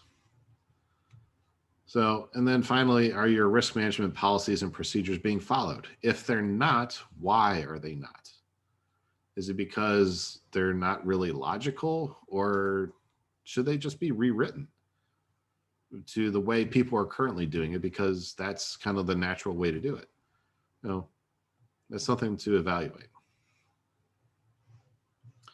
So every so often you'll want to do this process and, kind of do this little checklist to keep the risks fresh. I wouldn't do it like every week, but maybe once a month, once every 2 months, just to make sure they're still, like these things. Can any be retired? Are they valid? All that kind of stuff. All right, reserve analysis. So this is basically coming down to, do you still need the amount of contingency reserves versus the possibility of risks happening? So amount of contingency reserves remaining versus the outstanding risks and their expected money values or monetary values. So you might have too much money. Can you give that money back to whoever your funding source was? Or do you need more because the risks, because you've evaluated them, is the risk now more or expected to cost more should they happen? If that is the case, you might want to put in a funding request to get that contingency reserve increased, but you'd have the documentation to justify it. So it can go either way. I'm one of those people that doesn't like to return money until I'm absolutely sure I don't need it. That might be just, the purchasing side of me and supply chain. But, if I have $1 million contingency reserve and I have $100,000 worth of risk, yeah, sure, I'll give $800,000 back and keep 200,000. It might look good for you saying, hey, I don't need this money anymore. Now your company can use that $800,000 on something else or whatever dollar amount it is. But, you know, it's how your company's culture, how they do that. Meetings, you know, project risk management should be a regular agenda item at project status meetings. You know, doesn't have to be a large item. Just have it on there and say, hey, do you guys see anything going wrong? Is there any opportunities, any threats out there that you guys can see? And if someone does identify, you can ask them, well, how do you think that's going to impact us? And they might say, oh, well, it might push our schedule back a week. Well, if it's something like that, you might want to be like, okay, let's have a meeting that focuses on that, later. And you can select the people that come to that meeting. If they've identified, an opportunity, maybe you talk about that opportunity at a separate meeting or during the same meeting. Depends on what your agenda is and how strictly you hold to the agenda and time frames of meetings and such. But, having a risk-centered meeting every so often isn't a bad thing. So at those meetings, you can maybe just go through your whole risk, your monitoring risk, and ask those questions. Can anything be retired? Did anything change? Is there any new risks that we haven't identified yet? If there is, you can discuss it and maybe get most of that work done of the other process groups or processes that will help you get that added into your documents. So some of the outputs on this one, some workarounds. So unplanned corrective actions, or address unknown risks and impromptu responses. Now, these are all possible workarounds when a risk happens. Retiring risks, if they're no longer valid to the project, you can retire them. Don't delete them off your documents. You might just maybe move them to the end of the document and have a new category called retired risk or something like that. Don't delete them, because if they come up again, you just have to put them back up and further up in your document. And you don't have to retype everything or redo the evaluations. Or if there's an expired risk, there might be some financing issues that, the financing expired, so therefore the risk is gone because it's no longer there. Or if they're related to events that have come to pass. We're through fire season, so we don't have to worry about wildfires anymore. Or we're through hurricane season, or we're through blizzard season or winter. Maybe we can retire them based on that alone. So, like I said, don't delete them off your list. You might just maybe copy and paste it to the end or create a new category called retired. That way, they're still there and they're part of your record of your project. And that would be it for risks. All right. So, wow, 8 o'clock. All right. I'll keep on trucking here. So how are you doing, Derek? Are you okay?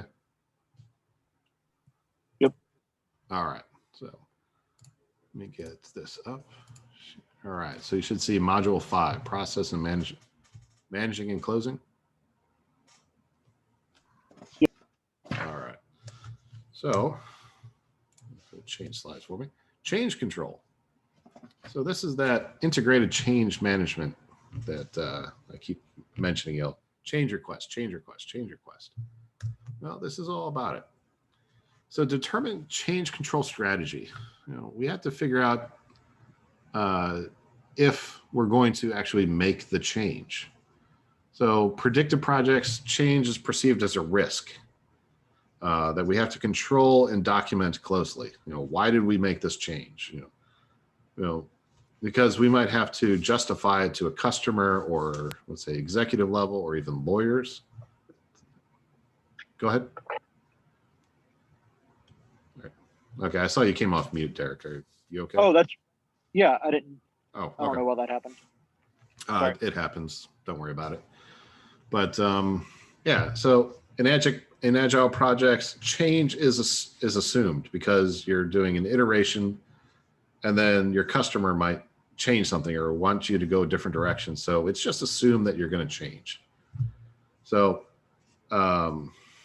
agile focuses on making those change effectively and transparently, where predictive resists change to the project. So that's why it's tightly controlled and documented extremely well. So in the strategy, this flow chart here, communicate the benefits of the change, engage your stakeholders in analyzing changes. We have to make sure our stakeholders are happy. Set measurable objectives, assign roles, communicate to all affected by the change, document the change, measure the outcomes, and capture those lessons learned. So as you see, it's not too in-depth, but there's a lot of things that need to be documented and recorded and people notified in making change control or determining change control strategy. And you probably do most of these steps already. I mean, maybe not all of them, but you maybe do some of these already, especially if you're married or at your workplace, you're the boss and you're making changes all the time due to operations. So, but we're going to perform this integrated change control. So when we have a change request, it's just that, it's a request. It can be denied. So we're going to review these change requests. We're going to approve them or disapprove them. And we're going to manage these changes and how they impact our deliverables, our organizational process assets, our project documents, and our project management plan. And then we're also going to communicate the disposition of these changes. Because one of the worst things that can happen is if you have a powerful stakeholder and they thought the project was going in a certain direction based on the information they had, and then you get to the end of the project and it's not what they expected, that's going to cause problems. I don't know if how much of problems, but they're probably not going to be happy, and they're going to be asking a lot of questions that hopefully you have answers for. But we're going to have some inputs here. So our change management plan, our configuration management plan, our scope baseline, schedule baseline, cost baseline. Going to have some project documents. So the basis of our estimations, requirements traceability matrix, and our risk report. We'll have some work performance reports, the change requests that we've received, our enterprise environmental factors, and our organizational process assets.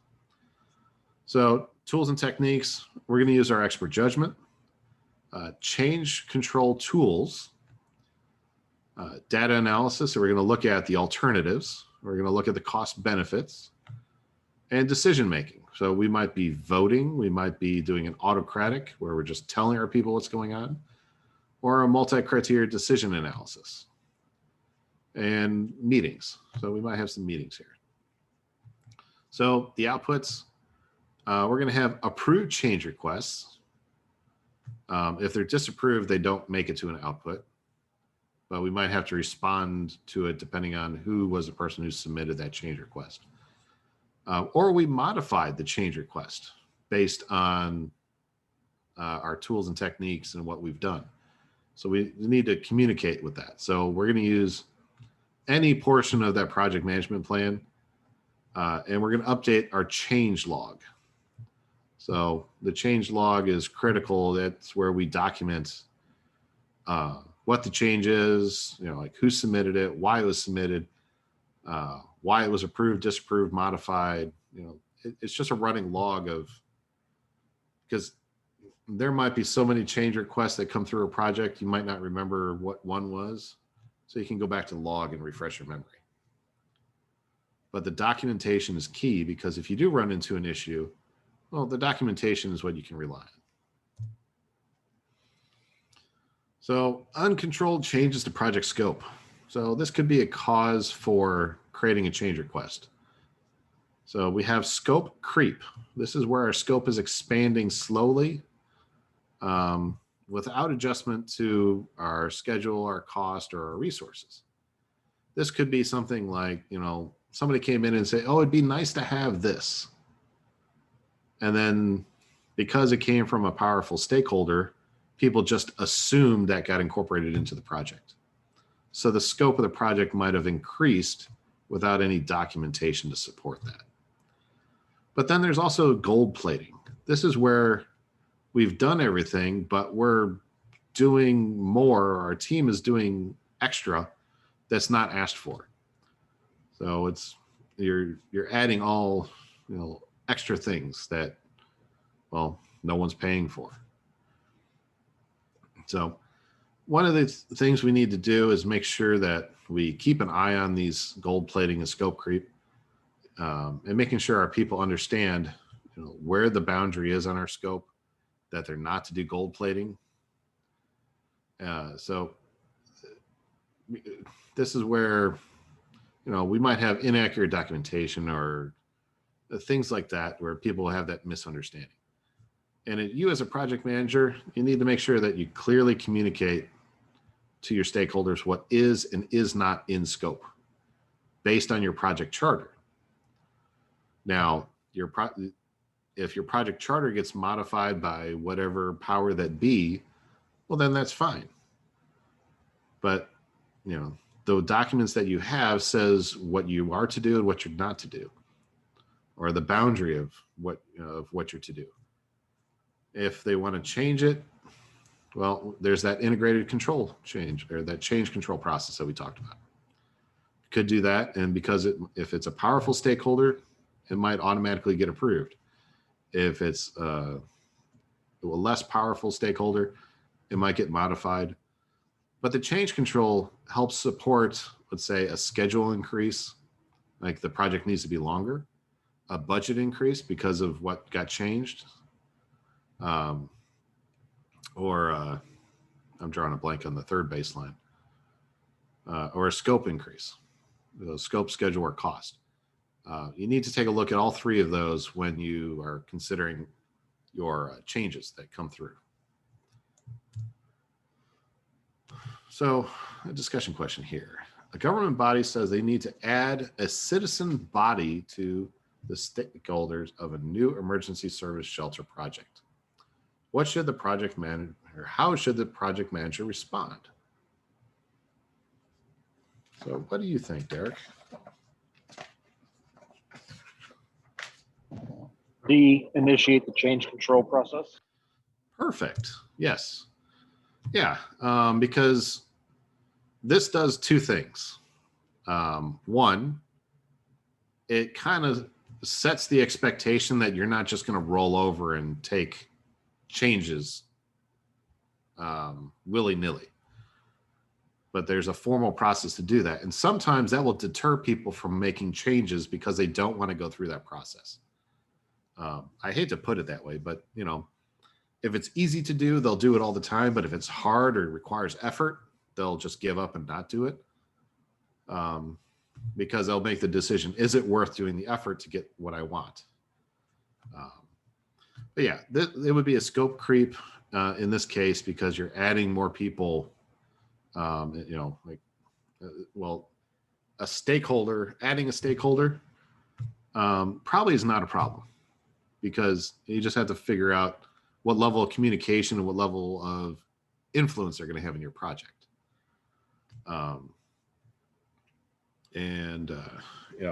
Is your sponsor, which I'm guessing it's this government body, is okay with adding that. But you have to look at the scope, your schedule, and your budget. If you're expected to pay for this new citizen body to come to meetings like once a quarter or whatever, well, you might need to increase your budget for travel for that person, or increase a meal budget line item if you offer meals at these meetings. You know, there might be some things that are affected by adding another person to, you know, come to meetings or whatnot. I hope I'm making sense there. I might have gone off the rails. Nah, you're good. Okay. All right. So there, essentially, there's three categories. We have corrective change requests, so we're fixing something that broke, well, corrective. You know, think of it as your car. I mean, if we think in terms of a car, you know, a corrective, your car broke down. We need to correct whatever issue that is. Preventative, it's like an oil change. We're doing what we need to do to make sure that we can keep that car running. But then we have the defect repair. So let's say a safety recall.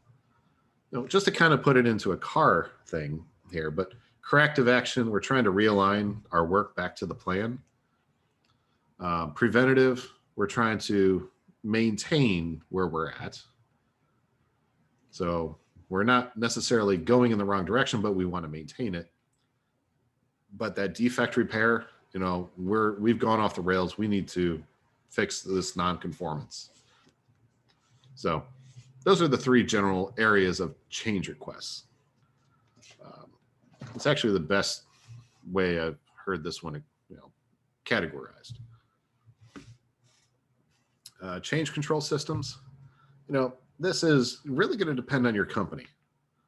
There might be an established procedure to manage and control changes, your organizational process assets. If your company has a project management office, they may be the ones that handle all the change requests, but you might have to submit them or give your input on them. If your company really doesn't have an established project management department field, you know, maybe it's something brand new to the company, you might be that system. So you would use your expert judgment. But that's where the second bullet point, there's varying levels of formality. So project management versus, you know, yourself or another style of system. Sometimes if you have a larger company, you might have a change control board where they're actually, or an individual or officer that is in charge of change requests. So this could be specific people that are listed by name or by a department or whatnot. Usually you see this in larger companies, and it's usually within a project management office. They'll probably involve an executive, a couple senior project managers, and if you're submitting it, you might be one of the people by nature of your position. But you know, you'll have experts, you'll have stakeholders, you'll have, you know, several people that will give input on it. And it might be, you know, everybody gives input and one person makes a decision. It might be a voting thing. But basically the group is just to give a reality check and make sure everything is considered. So, you know, considering the impacts, the accept or reject those requests, document the decisions and the follow-up actions. So that would be this board in the more formalized companies, or, you know, I say more established companies, but more companies are more formalized in their project management. But then again, it could be just you. So you have to realize where you're at and what authority you have. Maybe you need to go to your boss who gave you the project to get a final approval, but you need to do all the work and present it to them. So ask on how it is at your company. So integrated change control process. Now in your slide books, the student slide book, the red X and the green check mark are reversed. So on this slide here on Zoom, it's correct, but in your slide books, black and white books, they're actually reversed. So Just a note if you want to correct that in your slide book, but it's accurate on the screen right now. So our integrated change control process, we need to start off with analyzing the impact, invent options, and create the change request. So we would analyze the impact. Okay, this is going to impact us pretty hard. What options do we have? And then we'll pick the best option and submit it as a change request. So the change request will either get rejected or approved. If it's rejected, you document that it was rejected in your change log and revise any documentation because of that rejection. And then it's the end of the process. But if it was approved, we need to still update the change log, revise any documentation, and we need to maybe put a version number out there so we can track these changes as we're going. So let's say now this is version 2, version 3, version 4. I mean, our PMBOK guide is on version 6. You know, they've changed some material in there, so it's on version 6 now. Actually, version 7 is actually out now. It's been published. So there's a 7 out there. Influence expectations. So we need to communicate this change to our people so they can implement it and we can validate that the change was done correctly and that it's having the impact that we've desired. So that's essentially the integrated change control process when we put it in a flow chart. How's that do for you, Derek? It's good. All right. Don't be a yes man on me either. I'm hoping you seriously are good, but you know, Yeah. I get a lot of students, you know, undergraduate students that they're just yes. You ask them, you know, is the sky green? They say yes. Is it pink? They say yes. But you know, that's, you know, those 18, 19, 20-year-olds. So, but I'm not expecting that from you. I expect you to be on the game. So a project consultant notes that a recently released technology will increase the functionality of the deliverable. How should the project manager respond?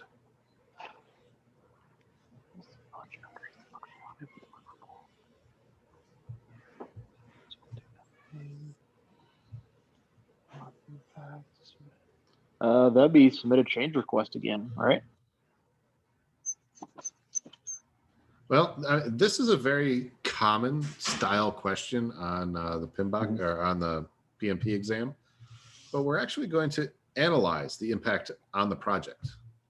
Okay. So we're going to start with analyzing, you know, so we're going to take a look, how's it going to impact our cost, our schedule, and our scope. So we're going to look at those 3 things. And if it's acceptable, you know, based on whatever standards we have as acceptable, then we're going to move on to the change request and then have that change request evaluated. So a lot of people may, on these style questions, get hung up on it's a consultant, or they miss consultant and they just see increase the functionality of the deliverable. Well, is that gold plating possibly? You know, so some students get it like that. But you know, this is a possible change. So we want to analyze the impact, see if it's something we want to pursue with a change. You know, so yeah, hopefully that kind of explained it, but Yeah, that makes sense. so, cause if it's a bad thing, we might not even do a change or submit a change. We just might, but oh, that's not good for us. We're just gonna we're not gonna consider it. But if it's a good change, we might submit it through the change control board. That's what on D it says CCB, change control board, or you know whatever body is going to review our change request. So yeah, ask the sponsor for direction. The sponsor might be one voice, but they might not be a decision-making sponsor. They just might be someone who said, like, there might be somebody higher or said, you're the sponsor of this project. If they need anything, make sure they get it. So the sponsor might not be as powerful as if it was their project. A, thank the consultant, do nothing since this is beyond scope. We haven't even evaluated yet. So how do we know it's beyond scope?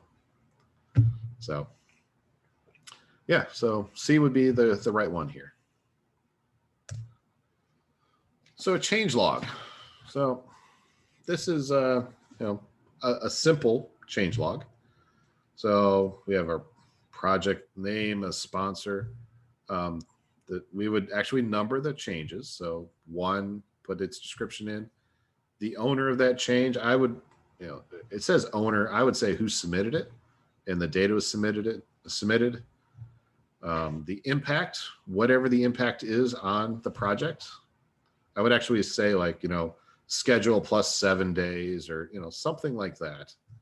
And then the status, was it approved, rejected, modified? If it's modified, you might want to have another comment of like, or another column of notes and maybe put the modification down. But yeah, you want to keep and make sure they're numbered so you can keep them in there. And for me, I would actually put the change request behind this in numerical order. That way, if I'm looking for something, okay, this number 35, I can flip to 35. If you're keeping paper versions. Now, if you have a project management information system, it might be easier because it's all electronic. But, not every company has the money to spend on project management software. So that change log is very simple. And it can be more detailed as you need it, or if you don't need all those columns, you don't put it down. So agile change control methodologies. Well, this is where, you're flying by the seat of your pants almost. We want to involve the product owner. So we need to keep them informed of what the expectations are, or of what their expectations should be. So we need to manage those, I should say. Don't allow the change control process to become an impediment. Negotiate for an efficient process. So some people will add too much bureaucracy to the change process when it could be simpler. Because agile is meant to be quick and fast, right? And effective or efficient. Well, having a bureaucracy or a lot of red tape for a change request, it just doesn't fit with agile. Adjust the iteration length to anticipate rate of change. So if you're working on 1 week iterations, maybe they need to be adjusted to 2 weeks, maybe 3 weeks. You can play with how long an iteration lasts. Another thing could be too, you might have a 1 week iteration and the next one could be a 3 week iteration. Then you're back at a 1 week. There's nothing saying they all have to be the same length. It's just easier if they're all the same length.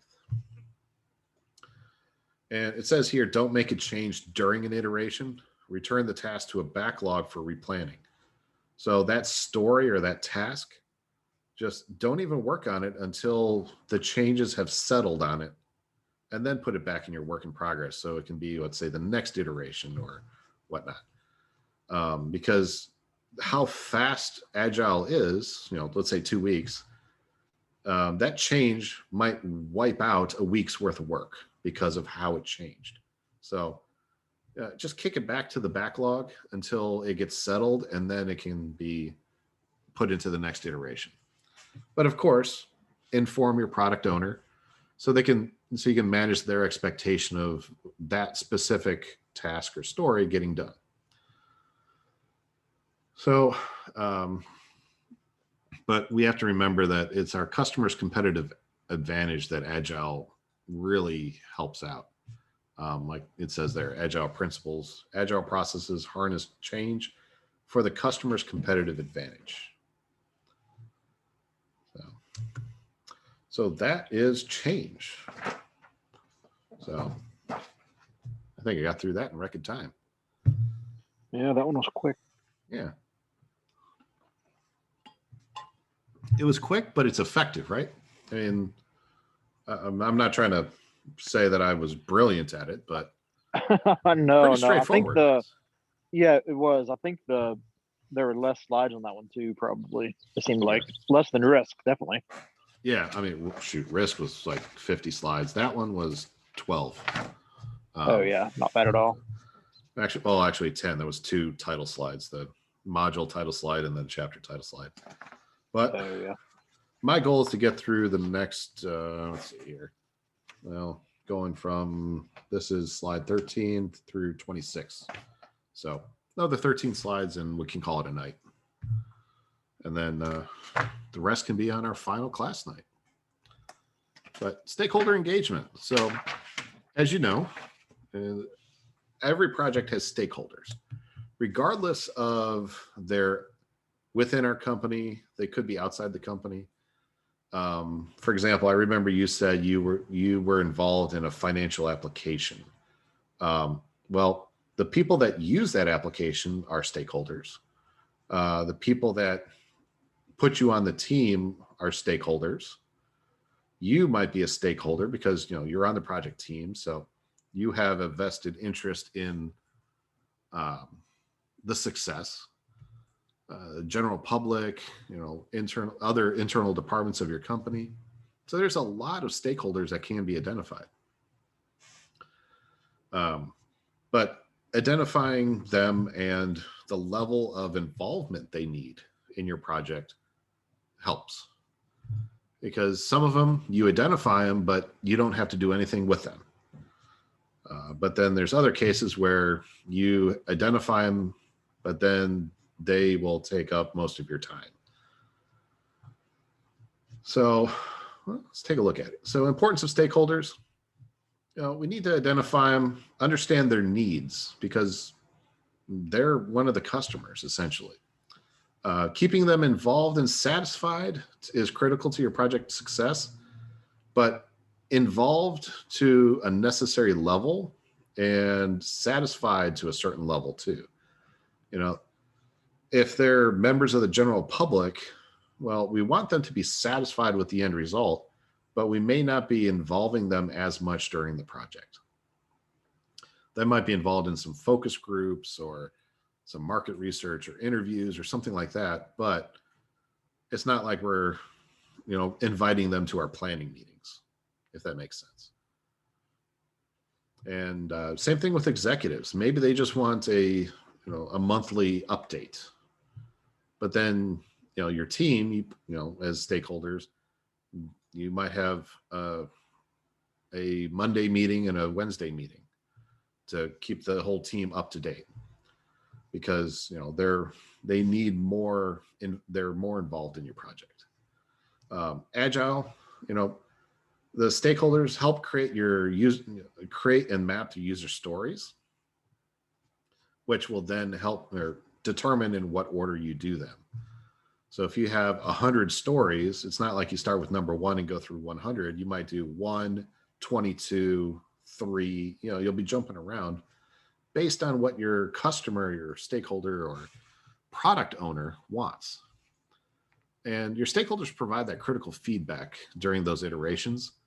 Because they're so involved, you can just call them and say, hey, we ran into this. What do you want? You can actually figure that out so you can give them exactly what they want, instead of waiting to the end and then presenting something hoping that's what they wanted.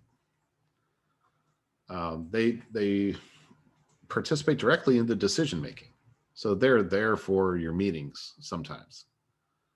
And they can help identify and manage risks because they know what they want, hopefully. And they came to you to do it because of some risk or whatnot that made them decide that they couldn't do it. So hopefully your stakeholders are a benefit to you instead of like a lead anchor. So stakeholders are going to be involved from initiating planning all the way through executing and monitoring, controlling. At closing, they're involved, but there's no actual process established for that. Because it's just a deliverable at the closing. in a predictive project. So what we're trying to do is identify the people, groups, or organizations that could impact or be impacted by our project.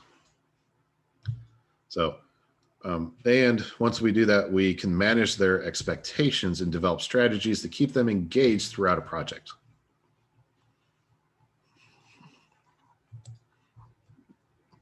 So, identifying stakeholder process. So we need to figure out who our stakeholders are. You know, we're going when we develop the project charter. If we're involved in that, some stakeholders are going to be already identified for us. At least some of the major ones will be identified. So that makes it easier on us. But we're doing identifying stakeholders while we're developing that project charter. So that's why that yellow box is around both there. They're essentially happening at the same time because you're going to throw some stakeholders onto your project charter. This generally will be, let's say, company executive, maybe the CEO, maybe a major external client to your company. So you'll have a couple just outlined right away. This is not a comprehensive list, though. So,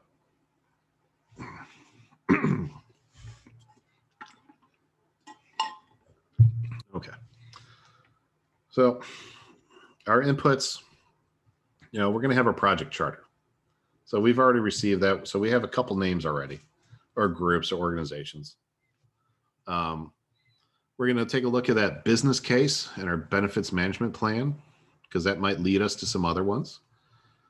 Project management plan, so our communication management plan. How are we going to communicate with our stakeholders? Our stakeholder engagement plan. You know, this one we'll talk a little bit more. I'm trying to remember if we already talked about the plan. I think we did. You know, how often we need to talk to them, what kind of information they want, who do we need to notify or inform or, you know, decision, the RACI chart, project documents, you know, change log, issue log, requirements documentation, any agreements, our EEFs and OPAs, our tools and techniques, so our expert judgment, data gathering. So we might have some questionnaires or surveys. You know, try to get some quick information through those.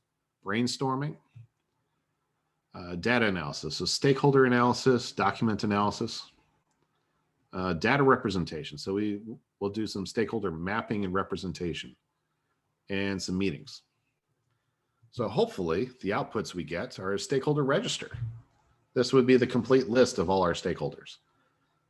So just like the risk register, we can have names added. We can take names off or retire names, or individuals or groups or whatnot.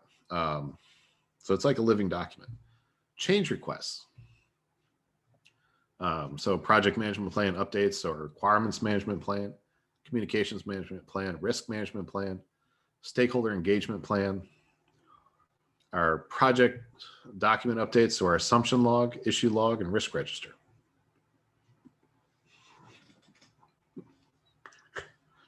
So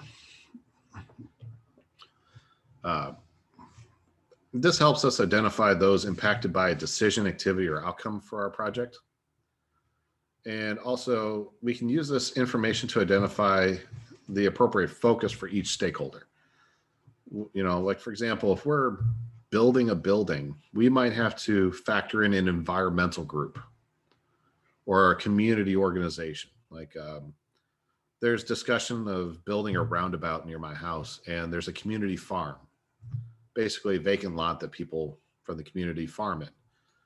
Well, I guess they've formed an association, so now the state's Department of Transportation, actually Department of Highways, involve them as a stakeholder because that roundabout would wipe out the farm.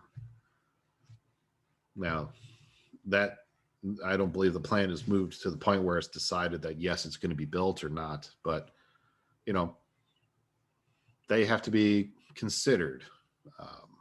And it's a government project, so that slows things down. So that's just an example of the appropriate focus for each stakeholder. If it's something minor like administrative, probably don't need to involve that farm association. But if it's something to do with eminent domain, well, then they probably need to be involved or at least notified.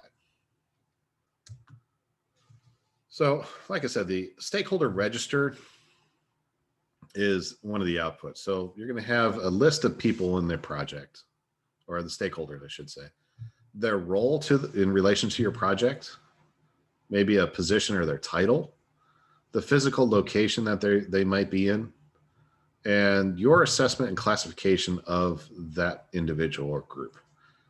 So that's the PMBOK guide will go into greater detail, and your book should go into greater detail about the assessment and classification. I'm not sure if the next slide's going to talk about that.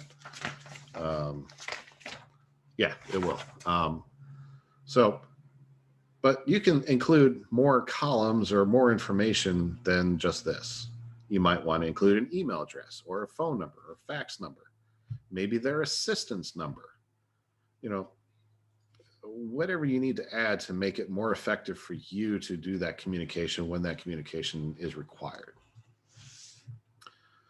So we need to assess and classify our stakeholders. So what are their major requirements? Not every stakeholder is concerned with the same thing. If you have the vice president of operations as one of your stakeholders, they want to know that the project's moving forward, and they might also be interested in the budget that you've spent, where the vice president or the chief information officer might not be concerned with the budget, but they're more concerned with another aspect. So what are their major requirements that they want to know about? Power and impact. Who are they to you? Their role. Are they an executive? Are they a senior manager? Are they the clerk in the mailroom? So what are their knowledge of your project? What skills and abilities they have? Because maybe you can harness the stakeholder to help you out with your project. So, they can be an ally. Remember, we talked about how we had people that were either totally against our project or for our project, and we wanted to try to get people towards, let's say, the top, supporting our project or maybe being an advocate for our project. Well, if we can get them to that level, that would help our project be more successful, because if we need help, we can reach out to them. So the degree and direction of potential influence on the project. So at what level can they influence our project? A community environmental group might not have much influence on our project, but they can certainly cause problems. Let's say they file a lawsuit in court, which could slow things down for the project. But an executive, they have a lot of authority over our project, or at least a lot of influence. Well, actual potential or desired interest. Do they even care about your project? Even though they're a stakeholder, do they even care? Well, they might not. They might just be like, well, I trust you to get it done. Just come to me if you have any problems. I don't want to hear about it. Well, that person, you might send updates, irregular updates, just let them know that, hey, you're still alive. The project's moving forward. But maybe later they'll be converted and they'll be really interested in your project. So, it's this kind of thing is what you need to try to figure out. So you might need some, maybe I don't want to say a spy ring or something, but this is where having a meeting with a lot of different people can maybe figure this stuff out. Their current expectations and how they need to be shaped. So if they're expecting one thing from the project and that's not what your project's about, how are you going to try to influence and change that expectation? So manage their expectations, especially if, let's say, you had a budget cut and they're still expecting a full project, but your budget doesn't allow you to do that. Well, you might start influencing and say, hey, budget's extremely tight. We might not be able to do everything. Then you kind of start off with that. And then you say, well, because of the budget cut, we have to cut this from it. And you just kind of ease them into a new expectation. It could be something like that. Current and desired engagement. So, this is where I mentioned if they're unaware of your project or they're extremely supportive of your project, you want them to be supportive of your project because they'll actively help you. If they're unaware of their project, they're not hurting you. They just don't know about your project. And are they internal or external to your company? There might be some influencing factors that way. All right. So what is the primary purpose of the stakeholder register? So the stakeholder register, what's the primary purpose of that? What do you think, Derek?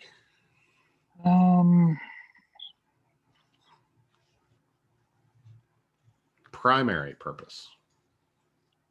I would say B. You're right. So it's to list all your stakeholders. Yeah. So just like it says, names and contact information along with the assessment and classification as it relates to the project. So that it's just a list. That's really what it is. All the extra information is great to have, but you might not have information to put in those areas because you don't know them. Or you might not have the opportunity to go talk to them and learn what their desires are. But you still have them on your list, so you can maybe set a default level of communication with them.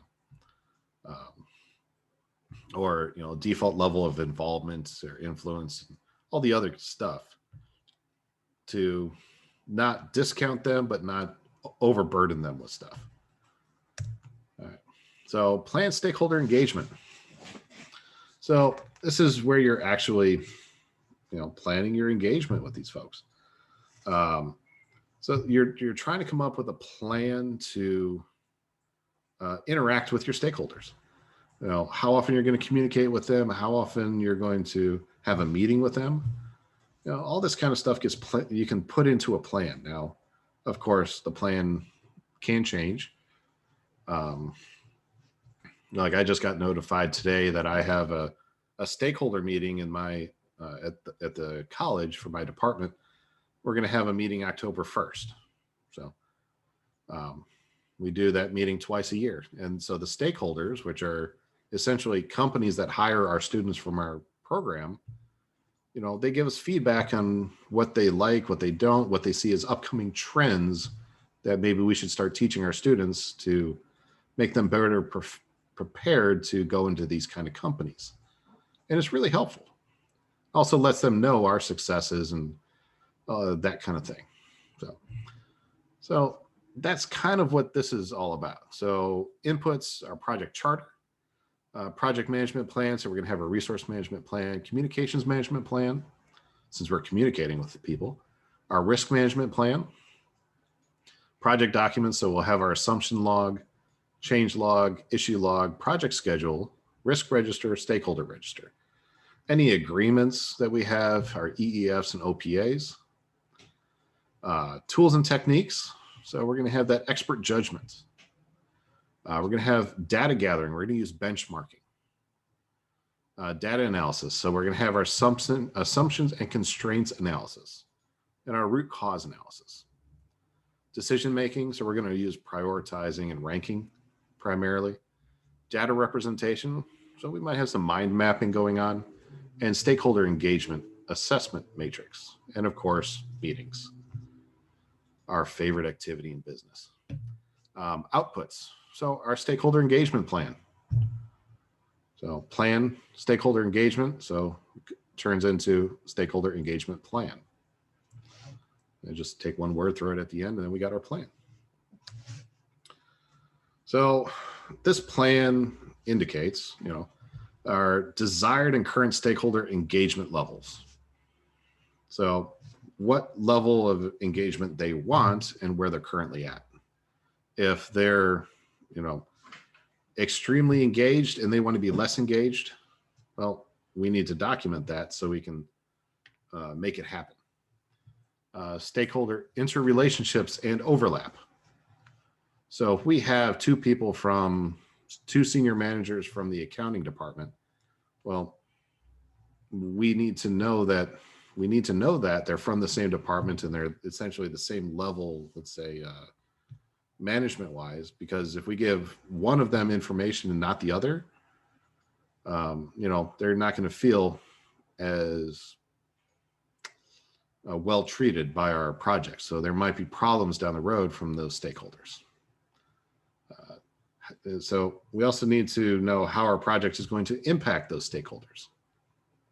So if we're doing a new enterprise resource planning system for our company, an ERP, well, that's going to affect essentially everybody in our company. So we need to make sure that we involve our employees or, you know, coworkers in that we communicate with them. So when that change comes, we can manage that change of their, you know, maybe have some training, have some information sessions. We can do that kind of thing for the general workforce.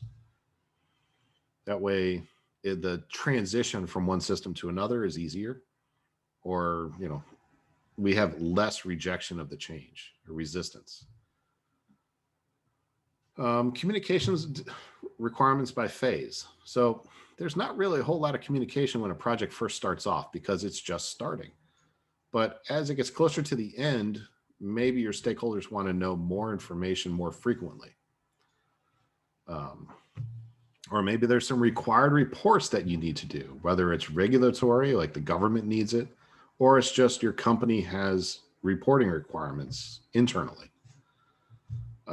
And the inspected impact of various reports. Do you need to dedicate one person or two people or an entire team just to doing reports? Or is it just kind of one of those things you can give to somebody as an additional duty because it's not that, impactful on your project? And how the plan will be kept up to date. You know, you're going to have stakeholders that get added, they're going to be removed from your register. So you'll need to look at your plan and see, you know, people being added and removed, how that changes what you're doing. So you'll be making some updates. So in Agile, you know, it's more dynamic, this communication, this plan. So you're going to confirm during your planning meetings all the priorities of your stakeholder or your product owner. You know, each review meeting, you're going to make sure that there's satisfaction of what you're delivering. And, you know, stakeholders have to be kept more involved because of those changes you might have done during previous iterations, because those changes might affect later iterations. So it creates more challenges for the stakeholder engagement, but it's you're already communicating so much with your stakeholders in Agile that it's just one more thing you can just add to the meeting or those conversations. It's just remembering to do it. So manage stakeholder engagement. So this is all about increasing the support and minimizing resistance from your stakeholders. Now, there's going to be times when there's nothing you can do that's going to change a stakeholder's resistance or support for your project. Like I mentioned, that traffic circle where that community farm has like an association. Well, they're going to be against the traffic circle regardless of what happens. Because if that traffic circle goes in, they're going to lose out on that land. That entire corner is going to be gone where that intersection is. So there's nothing you can do to minimize their resistance. But there might be a possibility of saying, well, we have like the state would take that property. Maybe the state can give them some other property and maybe make an exchange. That could minimize resistance, but who knows? I don't know if they've thought about that. I've not known the state or any state to really give away land like a trade. They'd rather just pay cash and be done with it, in my experience. But you know, we're trying to manage their engagement. So inputs, we're going to have project management plan. So communications management plan, risk management, stakeholder engagement plan, and change management plan.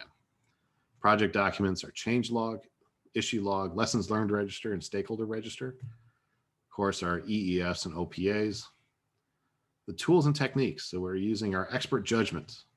We're going to use communication skills such as feedback. Interpersonal and team skills. Going to use quite a bit of those. Conflict management.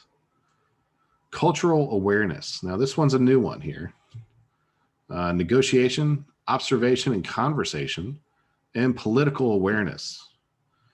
I'm going to have some ground rules and some meetings. You know, a ground rule you might apply is like, you know, you're not going to communicate with any stakeholder directly, or if it's outside your company, like they're going to call and get to an assistant and your assistant's just going to take a message, for example. I don't know, just using that as a made up thing, but you know, otherwise you might be taking a lot of calls from the public or whatnot. And, you know, it's tedious to try to return 50 phone calls when you have to work on your project. Outputs, you know, change requests, you might have to go through, you know, submit some change requests through the process. Project management plan updates, communication management plan. Maybe instead of returning phone calls, you put out a public, like a PR statement or something there. Public, just lost my train of thought on that. Public notice or something like that. Stakeholder engagement plan. So project documents, you know, can have some change log. You update your change log if you had a change request. Issue log, lessons learned register, and stakeholder register.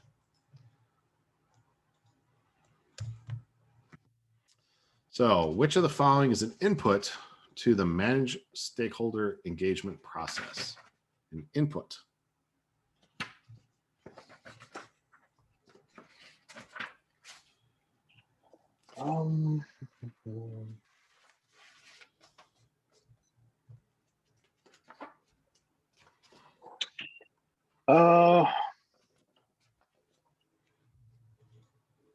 Manage the core engagement process. Input. Maybe the I don't know, D. Well, interpersonal and team skills is actually a tool and technique, right? Okay.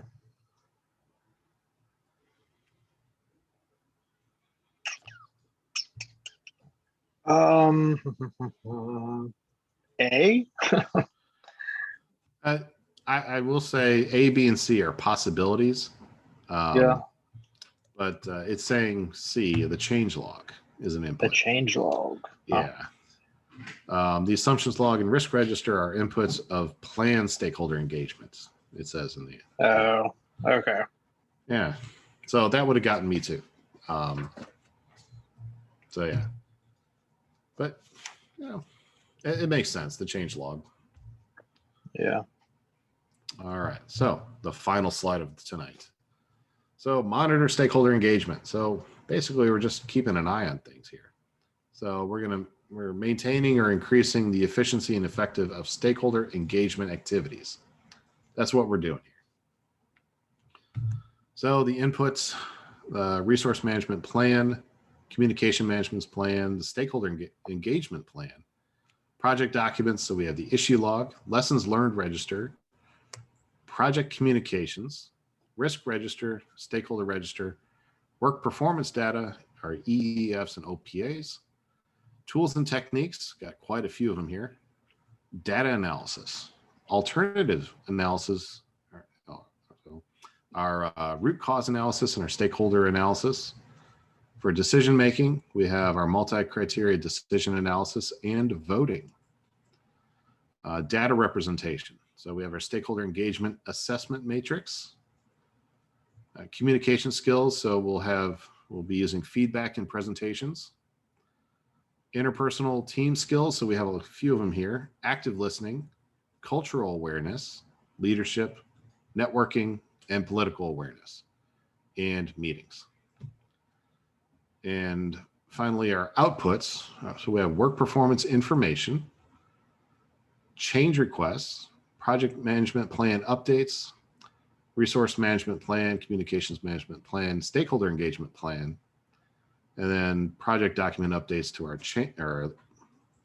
our issue log, lessons learned register, risk register, and stakeholder register. And that's all it's got for that monitor. So we're just essentially making sure that we're communicating with our stakeholders efficiently and effectively. That's all we're doing under this. And if we're not doing that, we might have to make some changes. Does that make sense? Yeah. All right. Well, chapter 3. So let's see, I got 902 on my end. So, but any questions? I know that was a lot of information, especially on risk. Yeah. No, I don't have any tonight. Okay. So